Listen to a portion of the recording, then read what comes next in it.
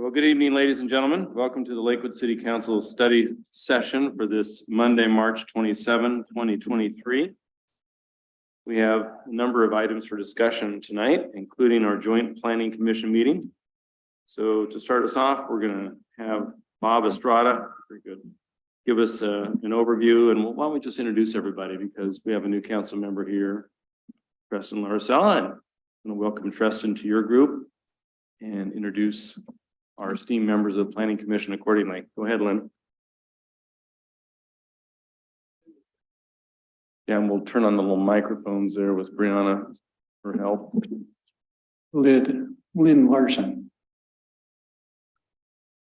Bill Combs.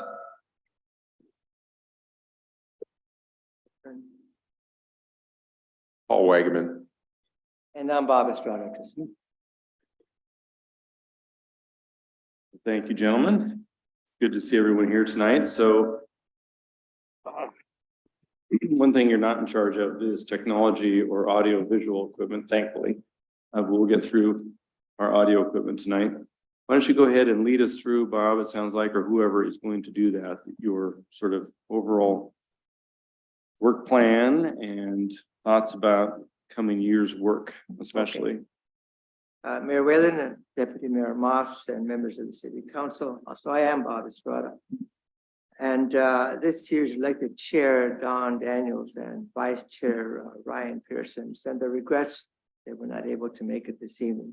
So I will be presenting the Commission's 2023 work plan. I believe you all have seen a copy of the work plan, so I'll summarize and highlight a few elements of the plan.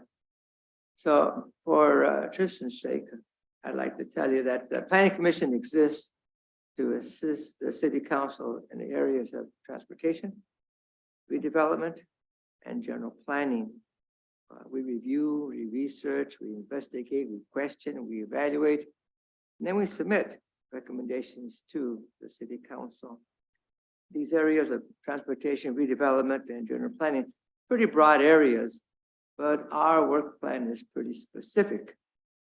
This past quarter, we've completed the review of City Council 2021 through 24 goals, review of the 2023 Annual Housing Action Plan, the updated non-motorized plan, the Shoreline Restoration Activities Plan, which included the Clover Park floodplain study. We've also reviewed 9 proposed amendments to the 2023 Comprehensive Plan, and we will hold a public hearing on April the 5th and take action on the recommendation regarding the entire amendment docket on May the 3rd. We're very fortunate to have received expert presentations on these subjects by city staff and staff from other governmental and non-governmental entities. We've also begun the periodic review of the 2024 Comprehensive Plan to include maps and texts, development regulations, critical area ordinance. This is going to be a year-long preview or review. And so far, we reviewed economic development element, the land use maps, urban design and community character, utilities and public services, Lakewood housing needs assessment, which included the racial disparity impact, and the annual housing action plan. Did a lot this past quarter. I'd like to elaborate on a couple of areas. When we speak of utilities, we include sewer, water, electric lines, natural gas, telecommunications, and fire suppression. Now, our Growth Management Act requires that utilities be consistent with county-wide planning policies. And this is especially important for Lakewood, since Lakewood does not own sewer, water, or power utilities. So to that end, the Commission received presentations from Lakewood Water District and 3 electric utilities serving Lakewood, Tacoma, PSC, and Lakeview Line Power.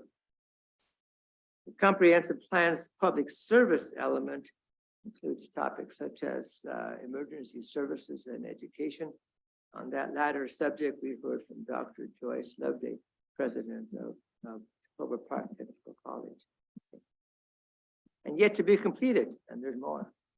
On our work plan includes update to the multi-family exemption code, the 2023 to 28 6-year transportation improvement plan, implementation of the climate change work plan, and then of course, updates to the tree code implementation plan. And let me say on a side note, I'd like to say that my perspective, Planning Commission is very well poised to provide the council with the most thorough and best recommendations possible. And I say this because of the diversity of skills and knowledge of its members. Commission consists of individuals who are employed and bring to the table current knowledge of work processes and how these processes relate to the issues at hand. They are also young or younger and bring that young, fresh perspective to the table. Commission also consists of individuals who are seasoned, shall we say, and then bring to the table their expertise, the history, and past knowledge of some of the issues at hand. Together, issues are thoroughly reviewed and the best recommendations are provided, we feel. And one last thing, I want to commend and thank staff, whether it be providing the commission with reports, giving presentations, and guiding us through meetings. They've done a tremendous job and the commission appreciates all their efforts. Members of the City Council, that concludes my briefing. Are there any questions that the commissioners or staff can answer for you? Well, thank you, Bob, very much. And thank you to the members of the commission. I know there's been a ton of work, both past, present, and future on your plate. We certainly appreciate the recommendations. I'll open it up for questions.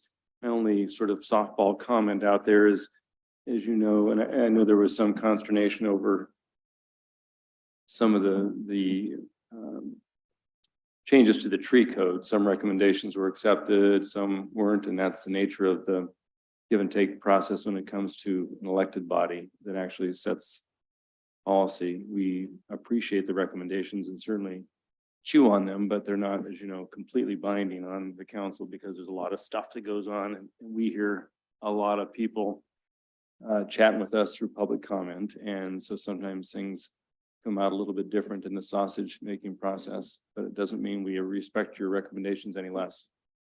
So, and we look at that as maybe our work is tactical and maybe your work is more strategic.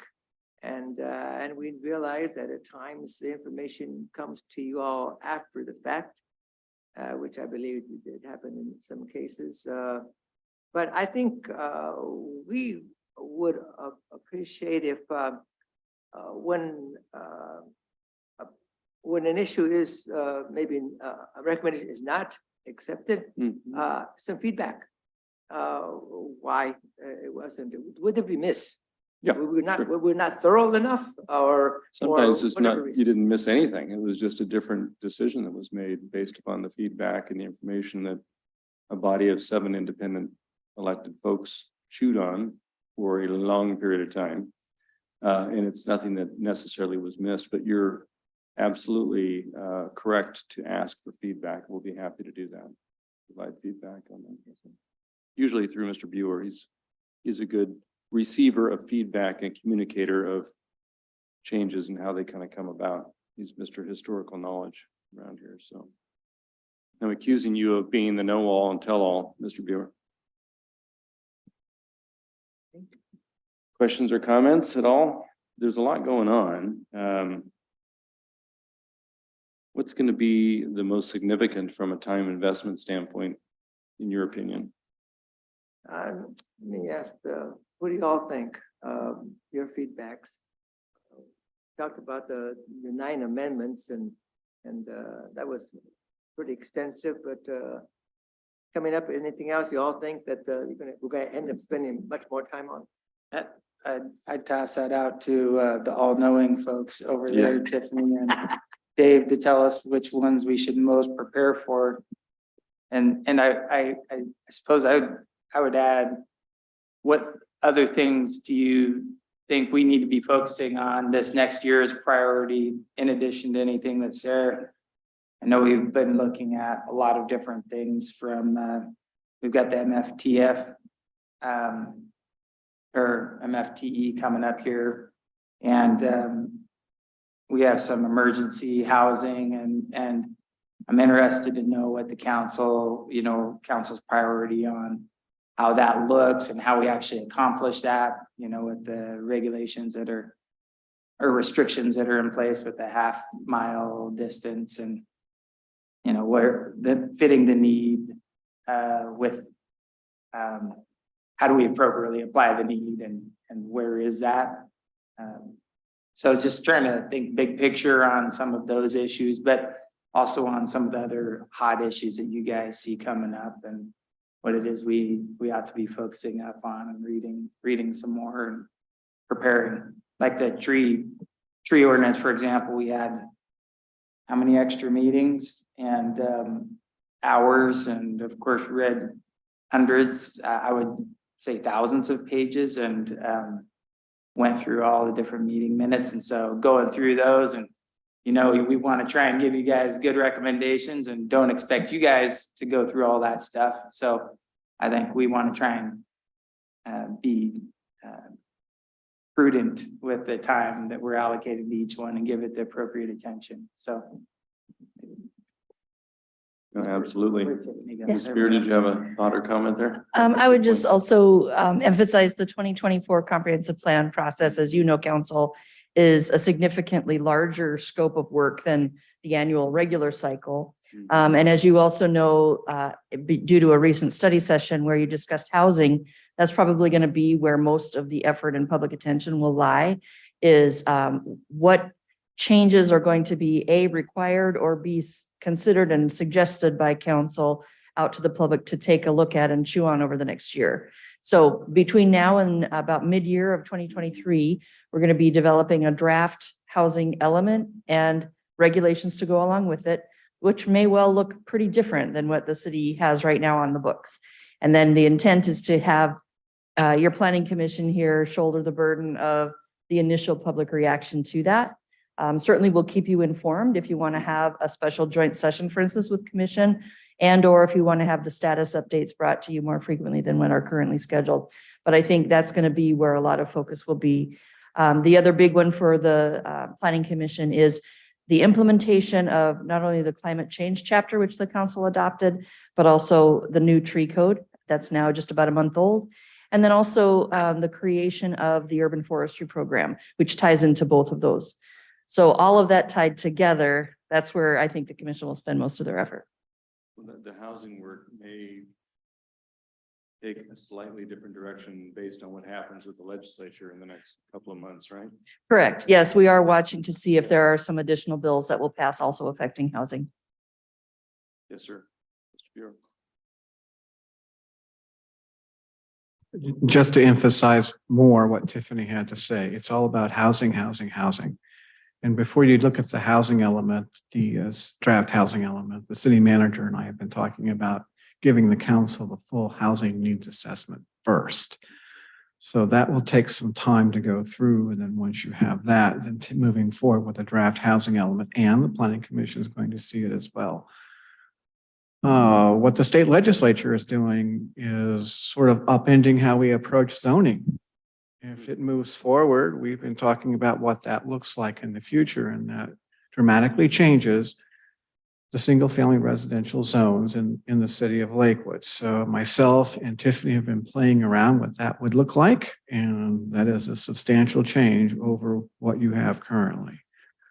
The other issues that we're working on right now is transitional housing, permanent supportive housing, and emergency housing, and that's coming forward with your 2024 comprehensive plan amendments. Part of this talks about the conversion of hotels into emergency housing. We are looking Emergency at that. housing is what we also know as shelter, is that? Yes. Yeah. Yeah. Yeah. So right now we have a pending application with Candlewood with Lehigh. That's going through a review process. We had some initial comments with the Planning Commission at the last meeting. If you take a look at the total number of shelter units that we're supposed to be providing during our planning period, you're looking at over 600. If all of those are to be part of a conversion of hotels and motels, we have 14 hotels and motels in Lakewood and 1,111 units. So if those conversions were to take place, about half of your hotel units could potentially be sheltering housing. Sounds like from a state law standpoint, you can't exclude that from those zones, right? That's correct. So if you allow for hotels and motels in specific commercial zones, then you have to allow for this type of housing. So we're struggling with that right now. We'll be moving forward with some draft code amendments here very soon, and then followed by public hearing and then action in May, then on to the city council. Let me ask you something. I'm going to interrupt just for a moment. There was an article that we probably all saw in the paper about Lehigh and the Aspen Court issues. Mhm. The public is going to ask us about that. And other than a zoning consideration, which we have limited control over, if hotels are allowed, the emergency shelter is going to be allowed. I would be interested as you go through this process, what teeth, either from a regulatory or business licensing standpoint, can we and will we have to avoid any sort of knucklehead nonsense? If a scintilla of what is in the TNT was true, and I don't necessarily believe everything I read in the TNT, but if a scintilla was true, the public's going to be wanting us to be on top of that. I agree, and that's some of very much what the draft code talks about as far as a series of things we can do. We've also had some issues with the state is also proposing on us, which puts limitations on our ability to do certain things. And so we're struggling with that. And I think Lehigh is as well. So we're trying to find some sort of balance. But I also want to be very clear that I am looking at factual information. We are comparing calls for service of Lehigh versus hotels in the city of Lakewood. And I'll be honest with you, we're not finding a whole lot of differences. Now, Not a lot of differences. Not a lot. A lot of calls for service. not a lot of differences. I think hotels and motels cause their own series of issues. And you look at it together as a whole, I have a hard time thinking that what's going on in Aspen Court is anywhere as bad as some of the existing hotels in the city of Lakewood. So we're going to share that information with the public. Great. And I think that may open some eyes, but we're also going to be having some conversations about some of the things that we've experienced, they've experienced. And to be fair with Lehigh, as I look at their calls for service data, they appear to get better towards the third and fourth quarter of 2022 as they've gotten better at some of their operational things. So those are some of the things that we're working on. And we do have a meeting with them to talk about some specific design criteria in the conversion of Candlewood. I also think that the fire district may be more impacted than the police department. So those are the things we're looking at. We're trying to leave no stone unturned. And I want to be able to give information that's factual and means something as we go through this process. And if at all possible, take out the emotion. The other piece I do want to talk to you about is the multifamily tax exemption. One of the things that we will be bringing to the Planning Commission and to the City Council, do we want to continue to have the City Council approve the conditional certificates? There's a process by which the Planning Commission approves, or the City Council approves those. Many other cities are moving away from that to an administrative process. It speeds up the entire award process and application. So that's one of the changes that we'll be looking at. Also, some other issues deal with the income bands or the income levels that we use for multifamily tax exemption. You have some options. And so those are some other things that we'll be exploring. So there's lots on your agenda as well as the City Council, but I wanted to kind of give you a opening for some of the things we're working on, some of the details. Absolutely. Does that trigger some questions, Mr. Branstetter? Yeah, thank you, Mr. Mayor. I had a couple of things that I kind of wanted to highlight to you because they aren't specifically spelled out on the plan that we're seeing. But previously you recommended to us a change in the review cycle for looking at the particularly the sub-area plan for the central business district. It had originally been set that it would be reviewed every 2 years to see how it's going and going on. And you recommended that we, in 2002, you recommended that we review it in 2024. But then we go into a much longer cycle. So I would want you to say, since that's the case, that you really do a workmanlike job in terms of reviewing the central business district sub-area plan in this 23-24 cycle. It'll fall in and sort of looking at annual development regulations, and I guess what you do every year, but for that one that's there. I have to say that the 2 sub-area plans that we actually have active that you work with us to put together, we have on the housing side, we have great hopes for them to be successful, because we viewed those as the places of where a great deal of density could be created to go on. The Station District sub-area plan, which is newer than the Central Business District, actually seems to have some momentum in that regard. We're seeing permitted construction activity going on and interest in that is really looking to make significant change in that neighborhood, which was not just low income, but was also filled with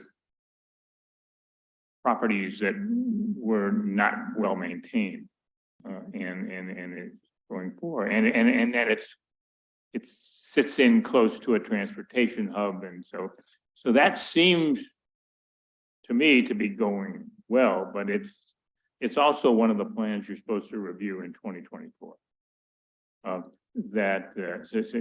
Do take a look at that, particularly as we really need to look at housing, getting some momentum in both of those plans in terms of housing to be able to go and do that. And then specific with the Central Business District plan, I guess that I would say we've not seen as much momentum in that plan in terms of the mixed-use development, the development of housing units, and the development of jobs. And one of the elements of that plan that we looked about in the council talked briefly a while ago about has to do with the transportation funding fee structure that we built into that plan for doing all that. There was a list of projects that's needed, and there was an idea that, well, the city was hoping that new developers and new development would fund 50% of those transportation improvements. And then, quite honestly, when we looked at some of the initial data and we came across at least one where we weren't really sure that the way fees were being assessed, maybe we didn't fully understand them as a council. When it went on, we ended up with one particular business that seemed to have really high fees, and didn't particularly understand of a new business that seemed to generate a lot of transportation, but they got credit for a whole lot of fees for a previous occupant of of a building that had been abandoned for a while. And we now have the chance to take a look at tax increment financing as a way to help fund some of the transportation infrastructure in the central business district. And that maybe we should amend that plan in some way in terms of either the percentage or even the system or the process of looking at what kind of transportation costs we want new development to absorb to be able to go forward and do that, because I think that there's a suspicion that that may be one of the reasons why momentum is lacking.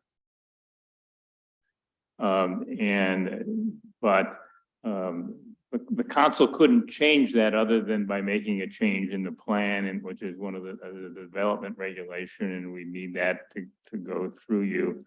So in the 2024 review of all the things that you're going to have to review and do that, because it's the last year of a review for a significant number of other years, we'd really like you to take a good close look at that. Less concerned about the Lakewood Station District plan, because I think that actually is is moving at an encouraging pace.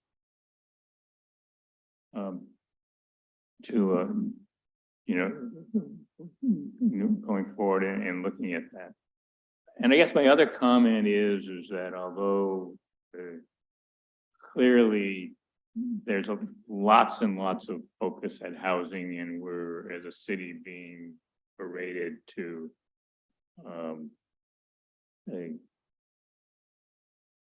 make changes to housing that probably are not totally what our community would like, but because they're being encouraged at an everybody do this scheme by the legislature,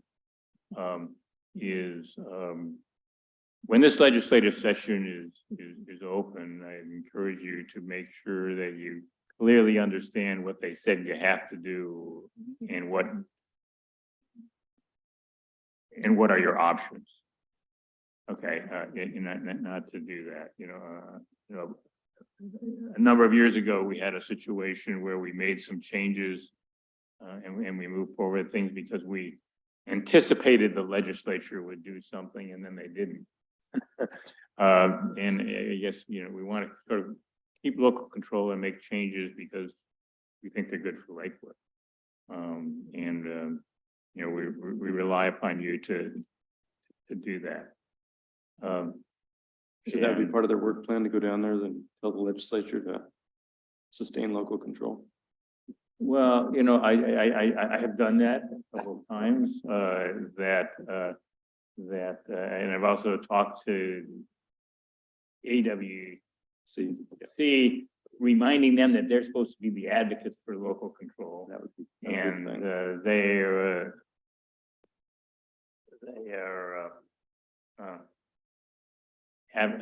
having memory lapse, I think.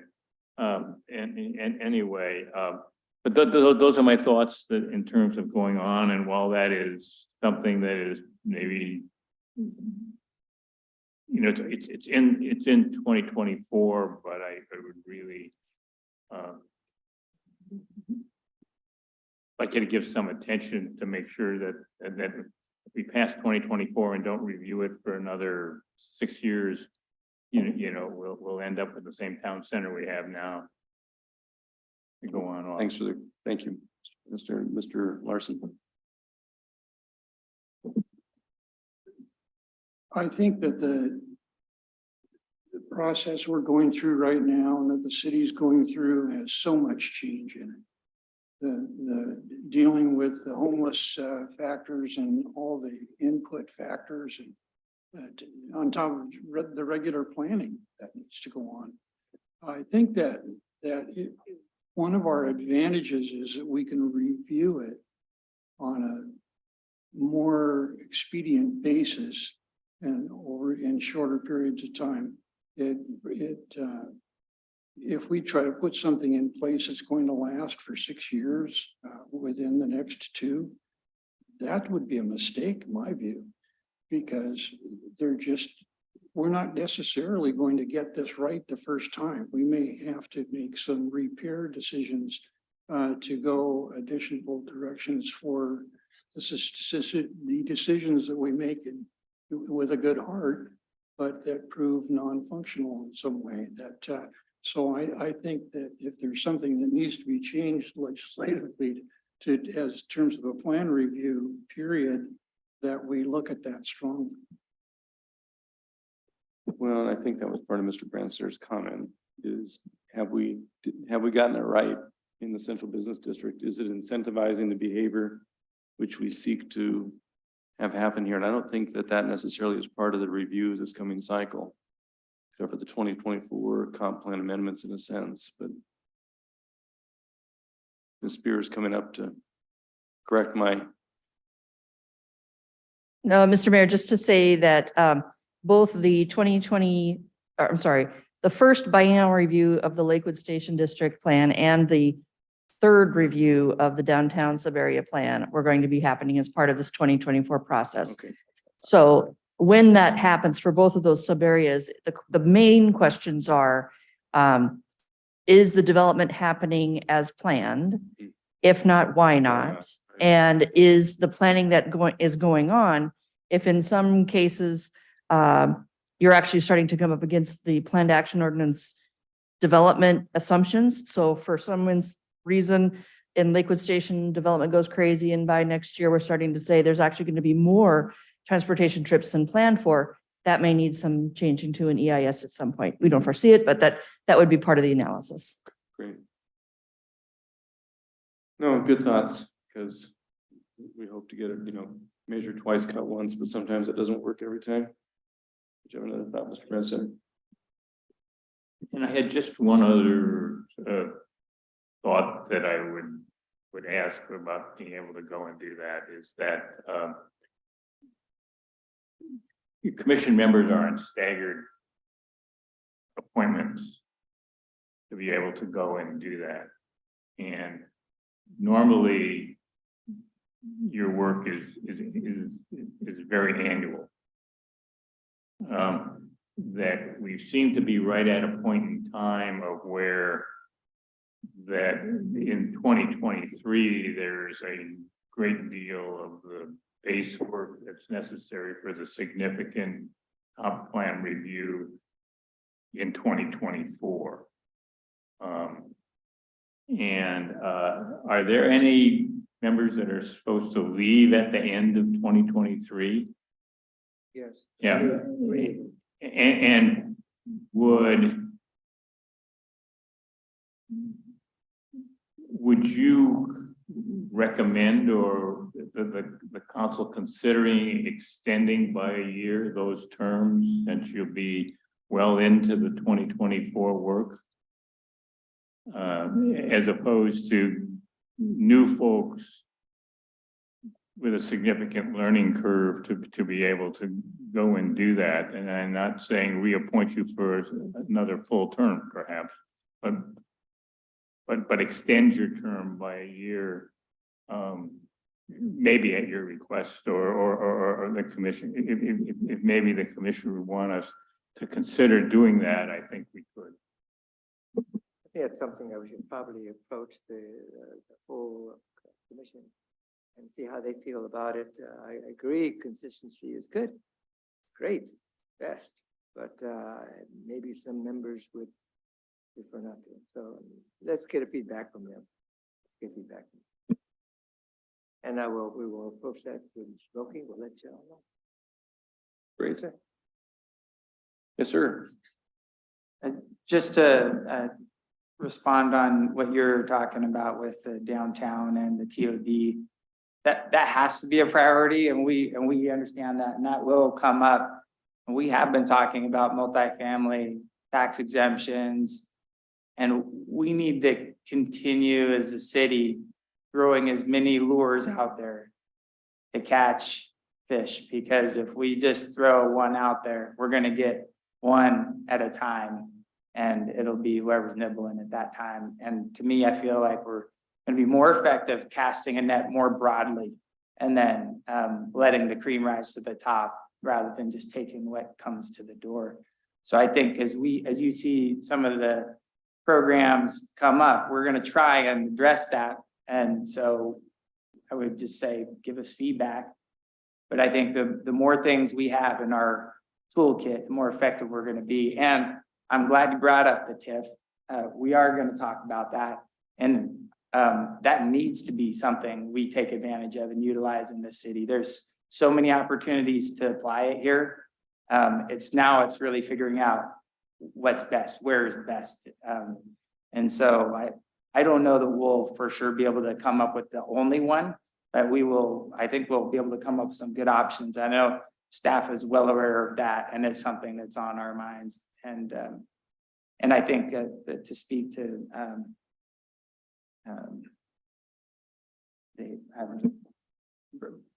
Mr. Buer, sorry, I almost slipped Dave. Mr. Buer's note, the MFTE going administrative just makes sense from all kinds of time management. If people don't want to develop if there's uncertainty. And so any uncertainty we can take out, whether it's fees or unknown fees, where it's hard to calculate, hard to tabulate, hard to quantify, they will walk away. And if they don't understand the MFT program or how it's going to be applied here, and I've seen other cities struggle with, do we do it and how do we do it and what does it look like? They don't go there. But the other ones who do get it do. So I appreciate that opportunity zone, all the other things that you guys hear about and see that could be used. Funnel them our way. Let us parse through it and see if it's something that's worth having, because we would love to see more tools in the tool chest. And I would echo what Lynn was saying earlier. I'm sorry, Mr. Larson, that the staff has been doing a terrific job. And I'm sure it comes as no surprise, getting everything ready, helping prep us on it. And we've had a pretty decent council member. I'm just kidding. An excellent council member. He's always participatory and gives us updates. So he's great to work with. So thanks for letting us share that.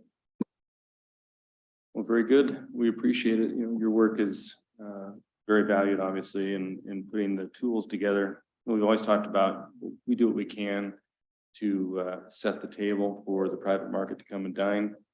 I sometimes, as a business guy, business lawyer, think sometimes we also need to issue invitations to dinner and be a little bit more intentional about it, because you can either just let it happen or you can be intentional about what you want to have happen. And I think sometimes we need to work to be intentional about what we want to have happen. And part of that is analyzing and understanding the proper incentives that certain elements of the market need for the development to happen. So think about that a little bit too as you go through your process. So, but we all know that there's more opportunities because we have way too many vacant plots of land in key areas that need to be developed. So, anything else? Otherwise, thanks again for coming tonight. We appreciate your time. I know it's Monday night and there's probably better TV on than coming here, but we appreciate it nonetheless. Yeah, exactly. Thank you. Thank you all. Yeah, good to see you, Bob. Thanks. See you, Paul. Yep, thank you. Okay, next we've got, and this is gonna obviously take some time tonight. So as we go through the review of the non-motorized transportation plan update, I know every council member is going to be having some questions. I just ask us to be judicious and we kind of go expeditiously because every council member is going to want to have a chance to chat because this is a pretty thorough report, a lot of updates, and this is all, from my humble perspective, near and dear to our hearts because it impacts neighborhoods, it impacts connectivity,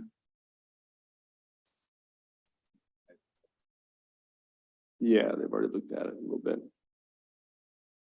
And so tonight, we're pleased to have our engineering services manager, Weston Ott, give us the review of the non-motorized transportation plan update for 2023. Yeah, I'll take one, by the way. Why don't you pass them on down there, Mr. Boki?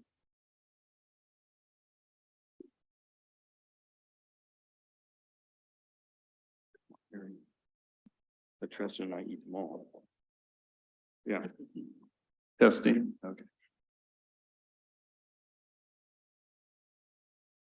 Well, that was a good segue if you didn't get a cookie. So, Exactly, yeah. Sorry, Buttering I'm me up. a little rusty after 3 years of COVID, but it's nice to be back with you guys in person this evening. So the presentation is pretty to the point this evening. I'd be happy to answer any questions, just some high level highlights for the update. One of the reasons to update the report is the amount of work that's been done. And the city has a lot to be proud of. Since the 2009 plan, over 40% of our sidewalks have increased through new capital projects. And you can see the hard numbers there from 54 miles of sidewalk to 72 miles of sidewalk. So again, the city has a lot to be proud of. And also, there's a lot of momentum for future projects. A lot of funding has gone into that, and grant funding continues to come in. So we have a lot of planned capital projects coming up. So all that needs to be incorporated into a new plan. But like any transportation system, it's a living document. So things will change, more grant funds will come along, more projects will come along. So future updates will be needed, but as of today, this incorporates what's planned, which is very timely with the recent budget adoption at the end of last year. So, But there are going to be some changes to what we see on the screen based on the feedback I provided. Correct. Didn't include the councilmanic bonding. yes, correct. That's 100, and we'll get to that. Figure 5.2 later on in the report has an error. Figure 5.1 shows one of the projects correctly, and we'll be there in just a moment. Some of the other updates were just to match with current standards. We were here in December to go over the survey results. We did have a survey we put out. We're kind of at the tail end of COVID. COVID's kind of changed how people interact with the city. So the survey was a good option to get feedback for the report. We did have 205 responses, and it was offered in multiple languages. And it was out Pretty good, there. actually. Yeah, it is.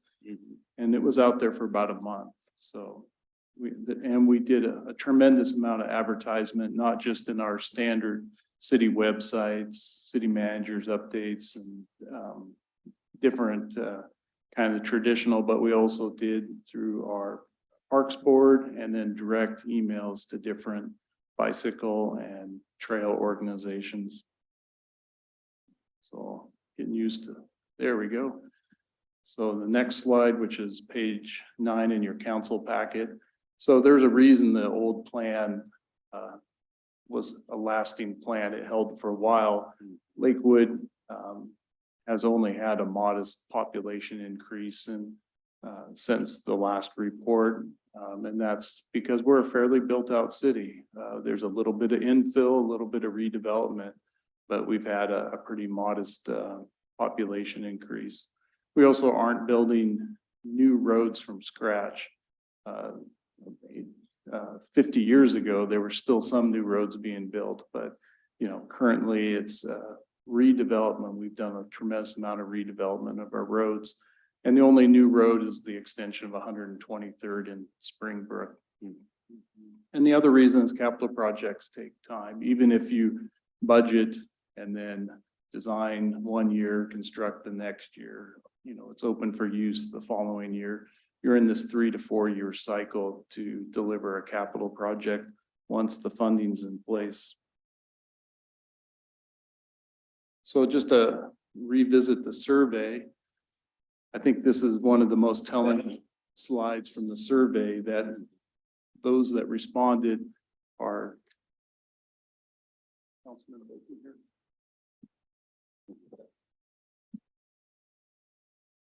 most of those that responded, and again, the color coding is blue is their first pick, red's their second pick, and green's their third pick. But by and large, new sidewalks was the number one pick, or new or better sidewalks, because we do have some existing sidewalks in the city. More trails followed that bar if you add up all three responses. And really, those are fairly similar facilities, though, you know, a trail may also, you could bike on a trail. And then the next one, the third one, is your bike facilities. And it still had a very substantial second pick bar within the overall bar that you'll see there. And after that, the next few all had pretty similar responses.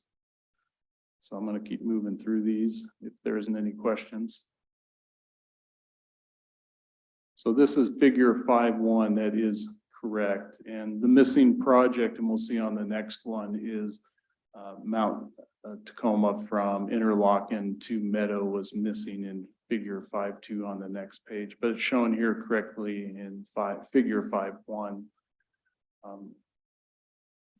There are a number of projects planned, and then there will be some changes in the future with the station district, and some of those projects are planned there as well. But then there's also the downtown sub area plan, and some of those roads we just don't own, like Town Center Boulevard from Bridgeport Way over to Gravelly Lake Drive. 59th cuts through it in the middle, and we own that little piece up to Panera, but you know, that'll be a future project when redevelopment occurs, one of the major ones. And again, it's good to revisit that we have a lot of capital projects coming. So this slide's about the unfunded pedestrian projects, and this is the one that unfortunately has that piece of Mount Tacoma in there added that shouldn't be in there, and it'll be corrected, and the report will be, the corrected report will be updated on the website possibly this week. So instead of 18 miles of needed unfunded pedestrian project, it's 17.4, and instead of 85 million, it's 82 million roughly of unfunded. And again, this is a planning level estimate number we're throwing out there. It's $450 a lineal foot of sidewalk. And it's a loaded estimate number. That's your design, your construction, everything that would go into it. And it is based on today's dollars. So it'll be out of date next year as time value money increases. Just out of curiosity, Mr. Ott, looking at that, the sidewalk project, I don't recall that it went from Mount Tacoma all the way close to the bridge. I mean, it would be great if it did. If that's a proposed project, that would be awesome, but I don't know if we've talked about that just because of the challenges we've always heard with regard to right of way in that area. It's so narrow. I mean, it would be wonderful if we could get a little pathway. Correct. So Interlochen, I believe, is a 30-foot right of way, so very narrow. So it will be challenging to get that in there. And I will also double check if those lines should have went down to, misplaced my pen, should have went down to the bridge. But yeah, the goal would be to get it as close to the bridge as possible.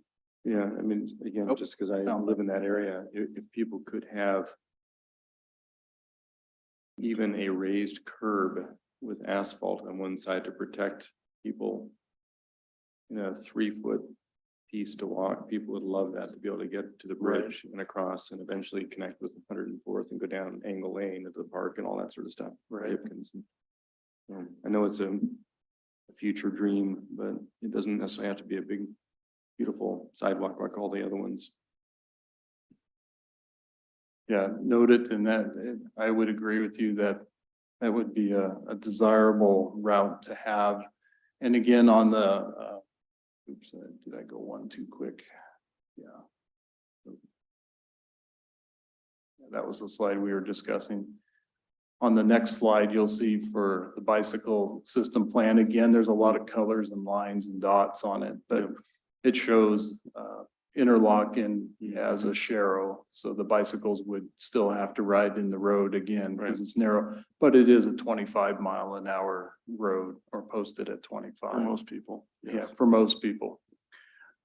One thing I'll bring up is, and we all know this, Lakewood's got some geography that makes it tough to get east to west in the city. We have, American Lake, Gravelly Lake, Lake Steilacoom, Chambers Creek. And so we really only have 3 east-west routes, and that's Steilacoom Boulevard, going across the dam there at the north end of the lake, Interlochen that we've been discussing, and then that combination of 112 Gravelly, Washington to go east-west. And what's nice is we've really focused in the last 20 years on our north-south routes, on our principal arterials. But we're coming in on that east-west route on the south end with 112 number of funded projects there to finish that last little piece. Gravelly Lake Drive is completed and Washington is in the process of completion. So we will have that east-west route on the south end of the city.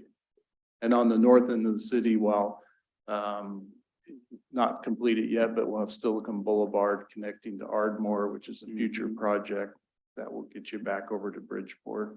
But the piece of Steilacoom to the east is still a Sharrow. It's similar to Interlochen, even though it is a principal arterial, it is right away limited at being up against the cemetery. And those are things that are just challenges to work with a city that's, even though Lakewood hasn't been a city since prior to 1996, that people have been here for a long time. And those are just those challenges.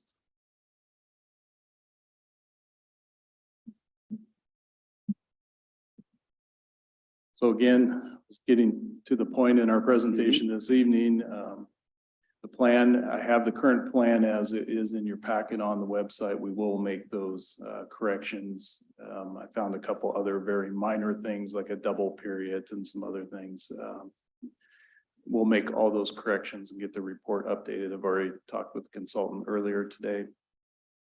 It does incorporate all the projects that have been built since 2009. The city has a lot to be proud of, the amount of capital infrastructure that's been built, as well as what's planned. And the plan does align with what's in the budget in the CIP, 6-year CIP, as well as the TIP. And we've got it updated to current standards. And then at the bottom, 2 of the projects that we can be proud of, Onyx and Veterans recently completed projects. So with that, I'll be happy to answer any questions. Certainly, Mr. Boki. Thank you, Mr. Mayor. Hey, Weston, thank you for the presentation. And in here, there's a list of things that when you did that survey, people had different desires. But outside of that, when you actually, do you ever field phone calls from folks in the recent past? And what are the most of those asking for? Are they asking for pedestrian amenities or are they asking for streetlights, which I'm not calling a pedestrian amenity, but you probably do. And are there certain neighborhoods that come to are they the ones actually calling you and requesting? Yeah, that's. Are you seeing a pattern? Yeah, that's a great question. I don't get as many calls even when I was in the role of the capital projects division manager, but some of the typical ones would be, for example, let's say 100th Street between Lakewood Drive and Lakeview, that stretch across from the industrial center. There's bus stops on that side. So there's sidewalk on the industrial center side, but the other side there is not. And I know that's a desire of the city to get sidewalk on that other side too. But what will happen is some of them will get off the Pierce Transit bus, and because the bus stop is between 2 blocks or between 2 streets on a block, it's hard for someone in a wheelchair to get to that point. And then the bus driver has to, either force that person to get off the bus, so to speak, or move up to the street and let them off at a location that's not technically the bus stop. And I'll say I get, I can think of maybe 3 of those calls in the last 5 years. So again, I don't get as many calls. I get a lot of street light calls, but those are they're really hit and miss, and I can't say it's in one neighborhood or the other. Thank you. And I don't know. Do you have anything? 100th is that big corridor that we really haven't planned much for, right? Yeah. Coming off of the 512 exit and then turning off south, Yep. you know, and then we've got all that stuff. I Yep. call it junk coming down, you know, past the western end, Right. going down to the railroad tracks and then down into the city, where it intersects with Bridgeport. That would be obviously a great project to get really cleaned up, make it kind of more of a boulevard look, and even the fencing over by Lowe's and the industrial park Exactly. on the residential side. It'd be nice to have one clean, consistent looking. Pete, we'd probably have to pay for it to do it right. But that Right. would really clean that whole entrance up to the city. So I don't know if that, I don't recall if it's on our list. It certainly isn't on our big list of projects, right? We've definitely gone after grant monies multiple times on Yeah. those projects. Paul, do you remember 40th and 96 got? That would be a big one. 40th and 100th got funded? Please, yep. Thank you. For a couple of comments. From South Tacoma Way down to Lakeview on 100th, we have been awarded the funds for doing the design. That was supposed to start in 2025. Recently this week, they've asked us, can you start in 2023? So we're working, making sure we've got the match funds and everything else. I think we can get there. We're going to know by the end of this week, in which case, by this fall, we'll have a consultant on board and we'll start doing the design. We've already got survey work done. We've already done some preliminary design on it, but we decided to hold off once we notified that we were going to get the rest of the design money, another almost Where's $600,000. it coming from? That is coming from PSRC. Ah, Our good. project was one of the ones that did not score extremely high, but it was on the contingency list. And recently they asked all the different jurisdictions if you had some projects you wanted to move forward. And even though we felt that we probably had a low probability of getting it, we said, well, let's go after design. So we asked them, what about just funding us for the design? And lo and behold, just Friday, they said, hey, we think that's a good probability you'll get that funding. Do you want it? And so we're going through the exercise right now to confirm that we actually do want it in 2 years earlier. So that's a good example of one of the projects. I'm not sure that there's any project in the city of Lakewood that isn't already in our tip for us to do work on, other than sidewalks in small, quiet residential neighborhoods. Those are not in there.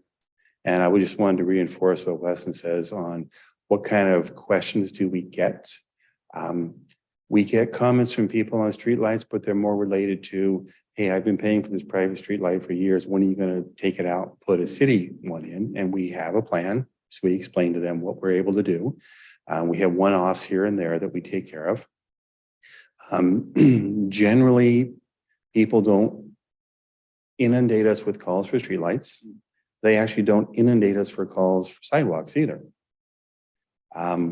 What they do is they call us and say, hey, I understand you're going to start building sidewalks in my neighborhood. That's great. When are you going to get started? So we appreciate those types of comments. And of course, you always get some people who say, everything's fine, don't change it. I like it the way it is. This is a waste of time and money, AKA veterans. But it's a fantastic project, very proud of the way it came out, and people use it all the time. And so that's what we end up with. One thing that comes up, at least we hear about anecdotally, maybe you hear about it directly, is after the projects are done, A, people like them, and B, they want to know who is going to maintain them. And so do we put a communication piece out? Typically, I know we do in the front end, hey, this project's coming, here's your contact person. Do we do a communication piece after the fact to say, hope you're enjoying this project as a reminder? Adjacent homeowners are responsible for maintaining the sidewalk, cleaning it, or whatever the rules are, right? We actually do not do that follow-on communication with them, because if it's within the road right away, if it's a shared use path, we have a contract through our street sweeping vendor to go in and sweep those with specialized equipment. I'm talking about the sidewalks principally. Generally sidewalks, we don't get a lot of questions on unless it gets a crack or unless it gets a buckle in it. People just generally, for the most part, take care of them. It's not a bad idea to remind everybody. We'll do that through communications, one of our quarterly communication newsletters. The one that just came out, is trying to remind people where their property lines are and where their right of way is. Because our bigger challenge is people putting all kinds of improvements in the right of way and then not understanding why we're taking them out when we come through with our projects. Yeah, they'll improve those and maintain those, but when the sidewalk goes in lieu of their Yes. arborvitaes and, beautiful plantings, and they prefer not to take care of the quote unquote city sidewalk, so. Yep, I do want to jump back in, thanks. The 100 thing I think is important, so I'm glad you guys are going forward with that, and I hope you can find the funding, and if you need to chat with us some more. Because the other side now, because there's been so much redevelopment in the industrial park, and when Lowe's went in, they've done that right now from Lakeview to. Yeah, the whole frontage on 100th has been done, and that's an excellent point to bring It's up. the south side and then on the other side of the track. And when development comes in, they have to build that frontage. So, yeah, that's. Weston? It's the residential side. The residential side is backyard, so it's the back of your backyard, which is a different animal. Yeah. And those are not in our right of way. We would need to acquire a significant amount of right of way on the south side of 100th to build that second sidewalk. It's a very expensive go round to do that.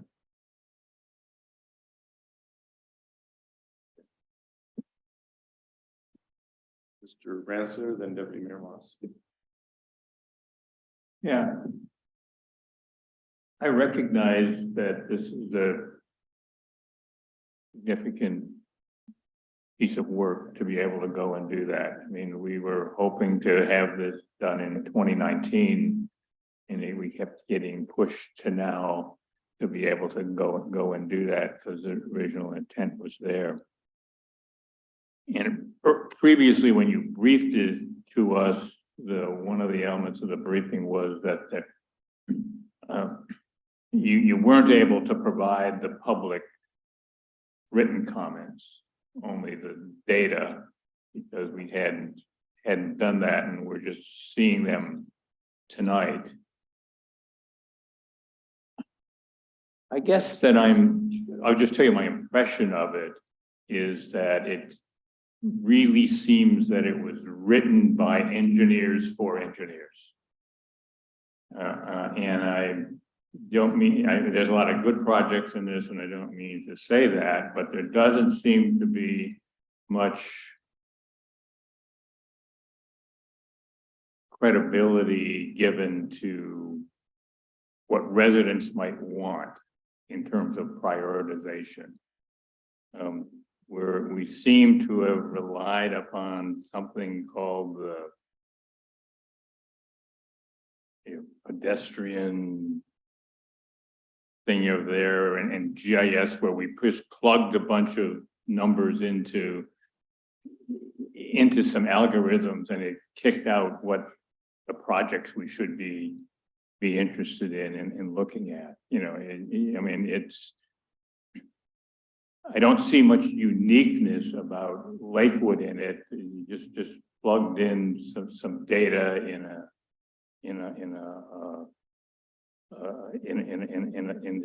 GIS and came up with some things here as to what the project should be. And I get a lot of comments about people that are more concerned about neighborhood-based projects, particularly for sidewalks. Because they're concerned about neighbors, right? And often neighbors who use wheelchairs and other things, or they want to be able to safely have areas of where they can walk their dogs and being able to go and do that. And they're looking for us to make some part of our effort into starting to build up sidewalk networks in some of our neighborhoods, not necessarily for people to go somewhere, but to leave their house and walk and come back to their house after a time, because the survey sort of indicated that that's what a lot of people walk. And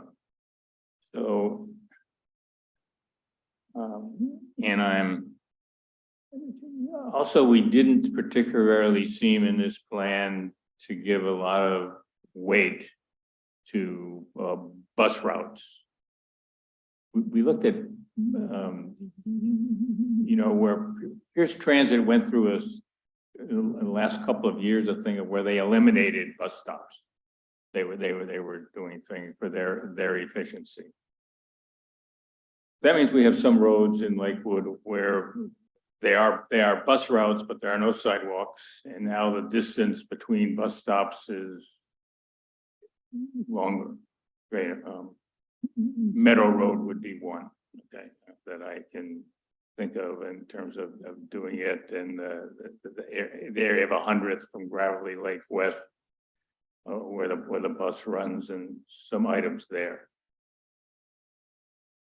The public comments also, after sidewalks, spoke about trail, okay?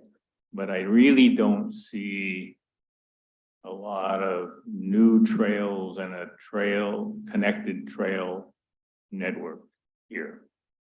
It just seemed that the formulas that were being used didn't use data that recognized that.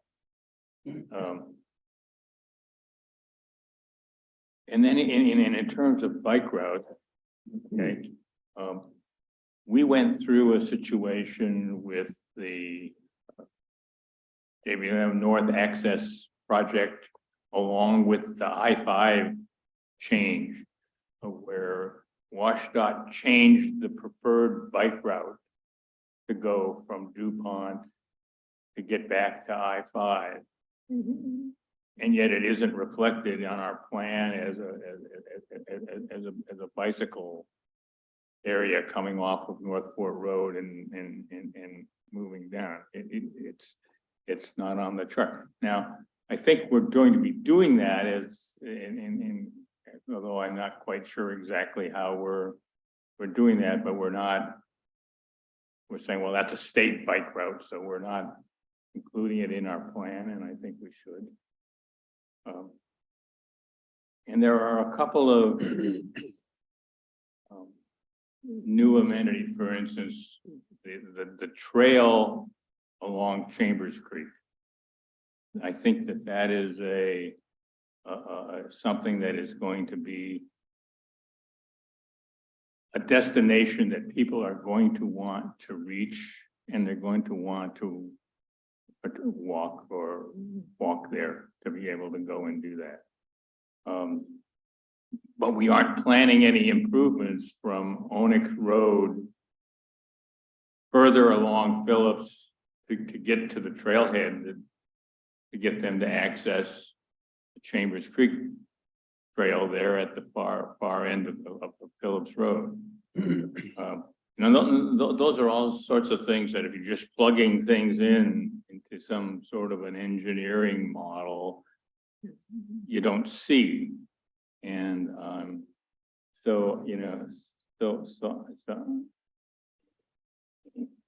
and prioritization seemed to be, in the executive summary here at least, to emphasize prioritizing things based on cost estimates. And not on people's visions of what they'd really like the community to be. So I think we're missing some things that the public would hope we would do, as we provide a mix of non-motorized traffic improvements, as opposed to ones that fit a formula that would be the same formula that they would use in Peoria, Illinois, to do that, just plugging a bunch of numbers with weights in, looking in GIS to see where we should do things and saying we should do that. And that's not to say that there aren't good projects here, but I think that there are not enough resident valued projects. I think there are some that are omitted and the mayor is right. No matter what we build, people will use. And they'll be glad we built it, but we ought to try to, I think, look at building some things that people would like to see close to home. As opposed to just looking at interconnectivity all the way, through. So, I don't know, I see this as a little bit as a good start, but not totally finished as a plan for the next 10 years.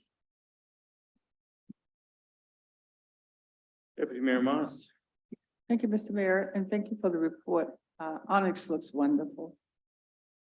But I still get the question about on Coral Street, of sidewalks. And I recall we had that conversation some time ago, and I don't recall the reason we did not go that route. On Coral? And so that's going from Zircon to Onyx using Coral, Mhm, correct? mhm. Yeah, I know at the time, the plan was to go both directions of Onyx from 87th, where 87th becomes Onyx. And then this infill picture above, let's see, Coral would be on the right side, so that's not shown. I believe what's shown is, I think that's 78th in the dashed on the left, top left. So yeah, Coral is not shown, but that's not to say that it couldn't be shown. That's this just reflects where we were in past exercises on planning levels for interconnecting our transportation system. But And also, what bike lanes are being mostly used, or do you have that information? our bike lanes mostly used. Mhm. Yeah, that's the challenge, and I'm just gonna speak as both a resident and a transportation engineer, is Lakewood, we still drive our cars, from Oak Brook to Town Center. Even though we can bike, it's only 3 miles. So yeah, we don't see a lot of bicyclists. The ones we often see, like now that the weather is getting better, are your commuter bicyclists, those that are able to really jump out in the lane if they need to. But I will say on Onyx, I live on the west end of Oak Brook there, and that piece of Onyx, even today going home for dinner, I watched a mom and 2 kids. Well, actually, it was mom and dad and 2 kids, and kids riding the bikes on the shared use path. And that's, a good reflection of, that's the appropriate bicycle facility for that area within a neighborhood, because any age, any ability can use that versus our principal arterials that have 5-foot bike lanes next to traffic. That's a little bit more accomplished bicyclist is going to be using that. So I hope that answered your question. It does, and the sidewalks are much appreciated. Oh, thank Thank you. Any other? Yep. See if I can figure out how to use this microphone. understood. Thanks, Mr. Ott, for coming in. This is a great presentation. I had a question. First, I appreciate the table 3.1, the matrix that has all the weightings and everything. As a fellow engineer, I appreciate a good decision matrix. Did you get input from the public on the weights that go into this for prioritization? Or was this just from the consulting firm that we went with?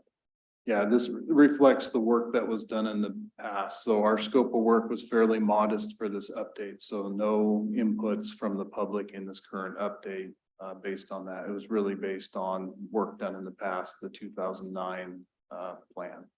Okay, thank you. And then another question, of this whole transportation plan, how much of it is grant funded versus city general funds?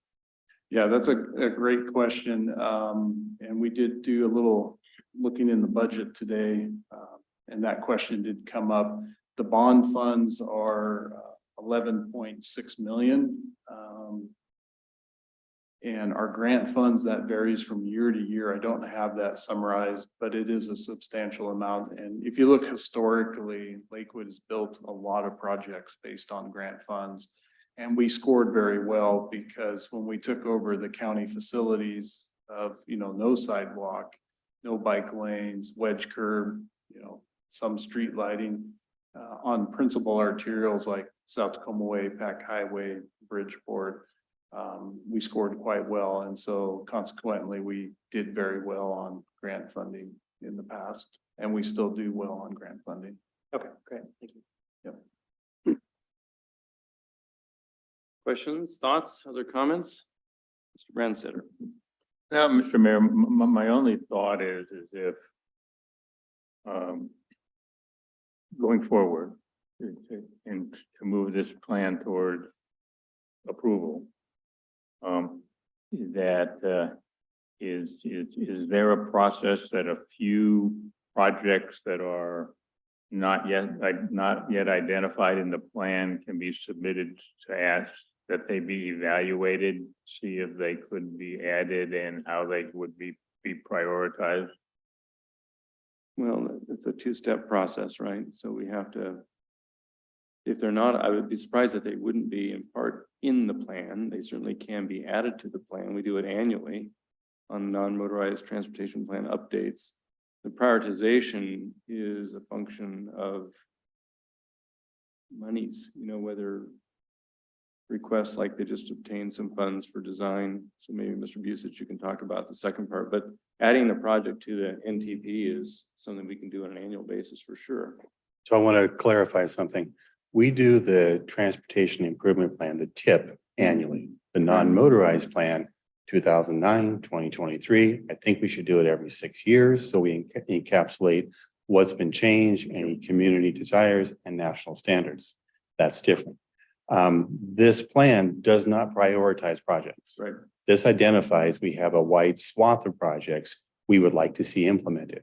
The prioritization of those projects comes every year or every 2 years in the budget cycle or in the grant application cycle. Right. Whichever. bulk So as Mr. Odd indicated, the vast majority of what we build is grant funded. A grant for $1 million, we'll pay 130,000, they'll pay 870,000. Okay, so 13.5%, 86.5% in that neighborhood. Those grants are set up for specific types of projects. A residential neighborhood street will not be grant eligible, so it has to be funded internally. Any kind of project that we want to add, it's easy to add it to the TIP. We bring it forward to the council every year. You look at it, we tell you why we want to add it. It goes on to the TIP. It doesn't mean it's funded. It just means it's one of our projects. Okay, so I just want to be really clear so everybody understands that. Okay. So I guess to close the loop, and then I'll give Mr. Branstetter the floor again. If something isn't in the non-motorized transportation plan, that doesn't mean it can't be in the TIP in the following year or this year. Absolutely. Right. In fact, I'd be surprised if any of the projects that are in here are not already in our TIP. Right. But yeah, there are a couple that are obvious misses, Mr. Branstetter, you want to bring up, because we certainly can chat about them if we need to put this off to a study session. Well, a couple that have been mentioned to me is trying to move up the process of 104th Street. Essentially from Hipkins up the hill and actually creating a loop around Lake Louise, which is something that neighborhood is they view 104th as dangerous, and Lake Louise as well, although they view it as a place that they'd like to walk. The loop around Lake Louise also has connectivity to the trail at the top end of Fort Steilacoom Park, where the trail within the park comes up onto the street there, which is I think it is Lake Louise Drive, or it's 100th Street at that point to be able to go and do that. And I think that there's interest in that.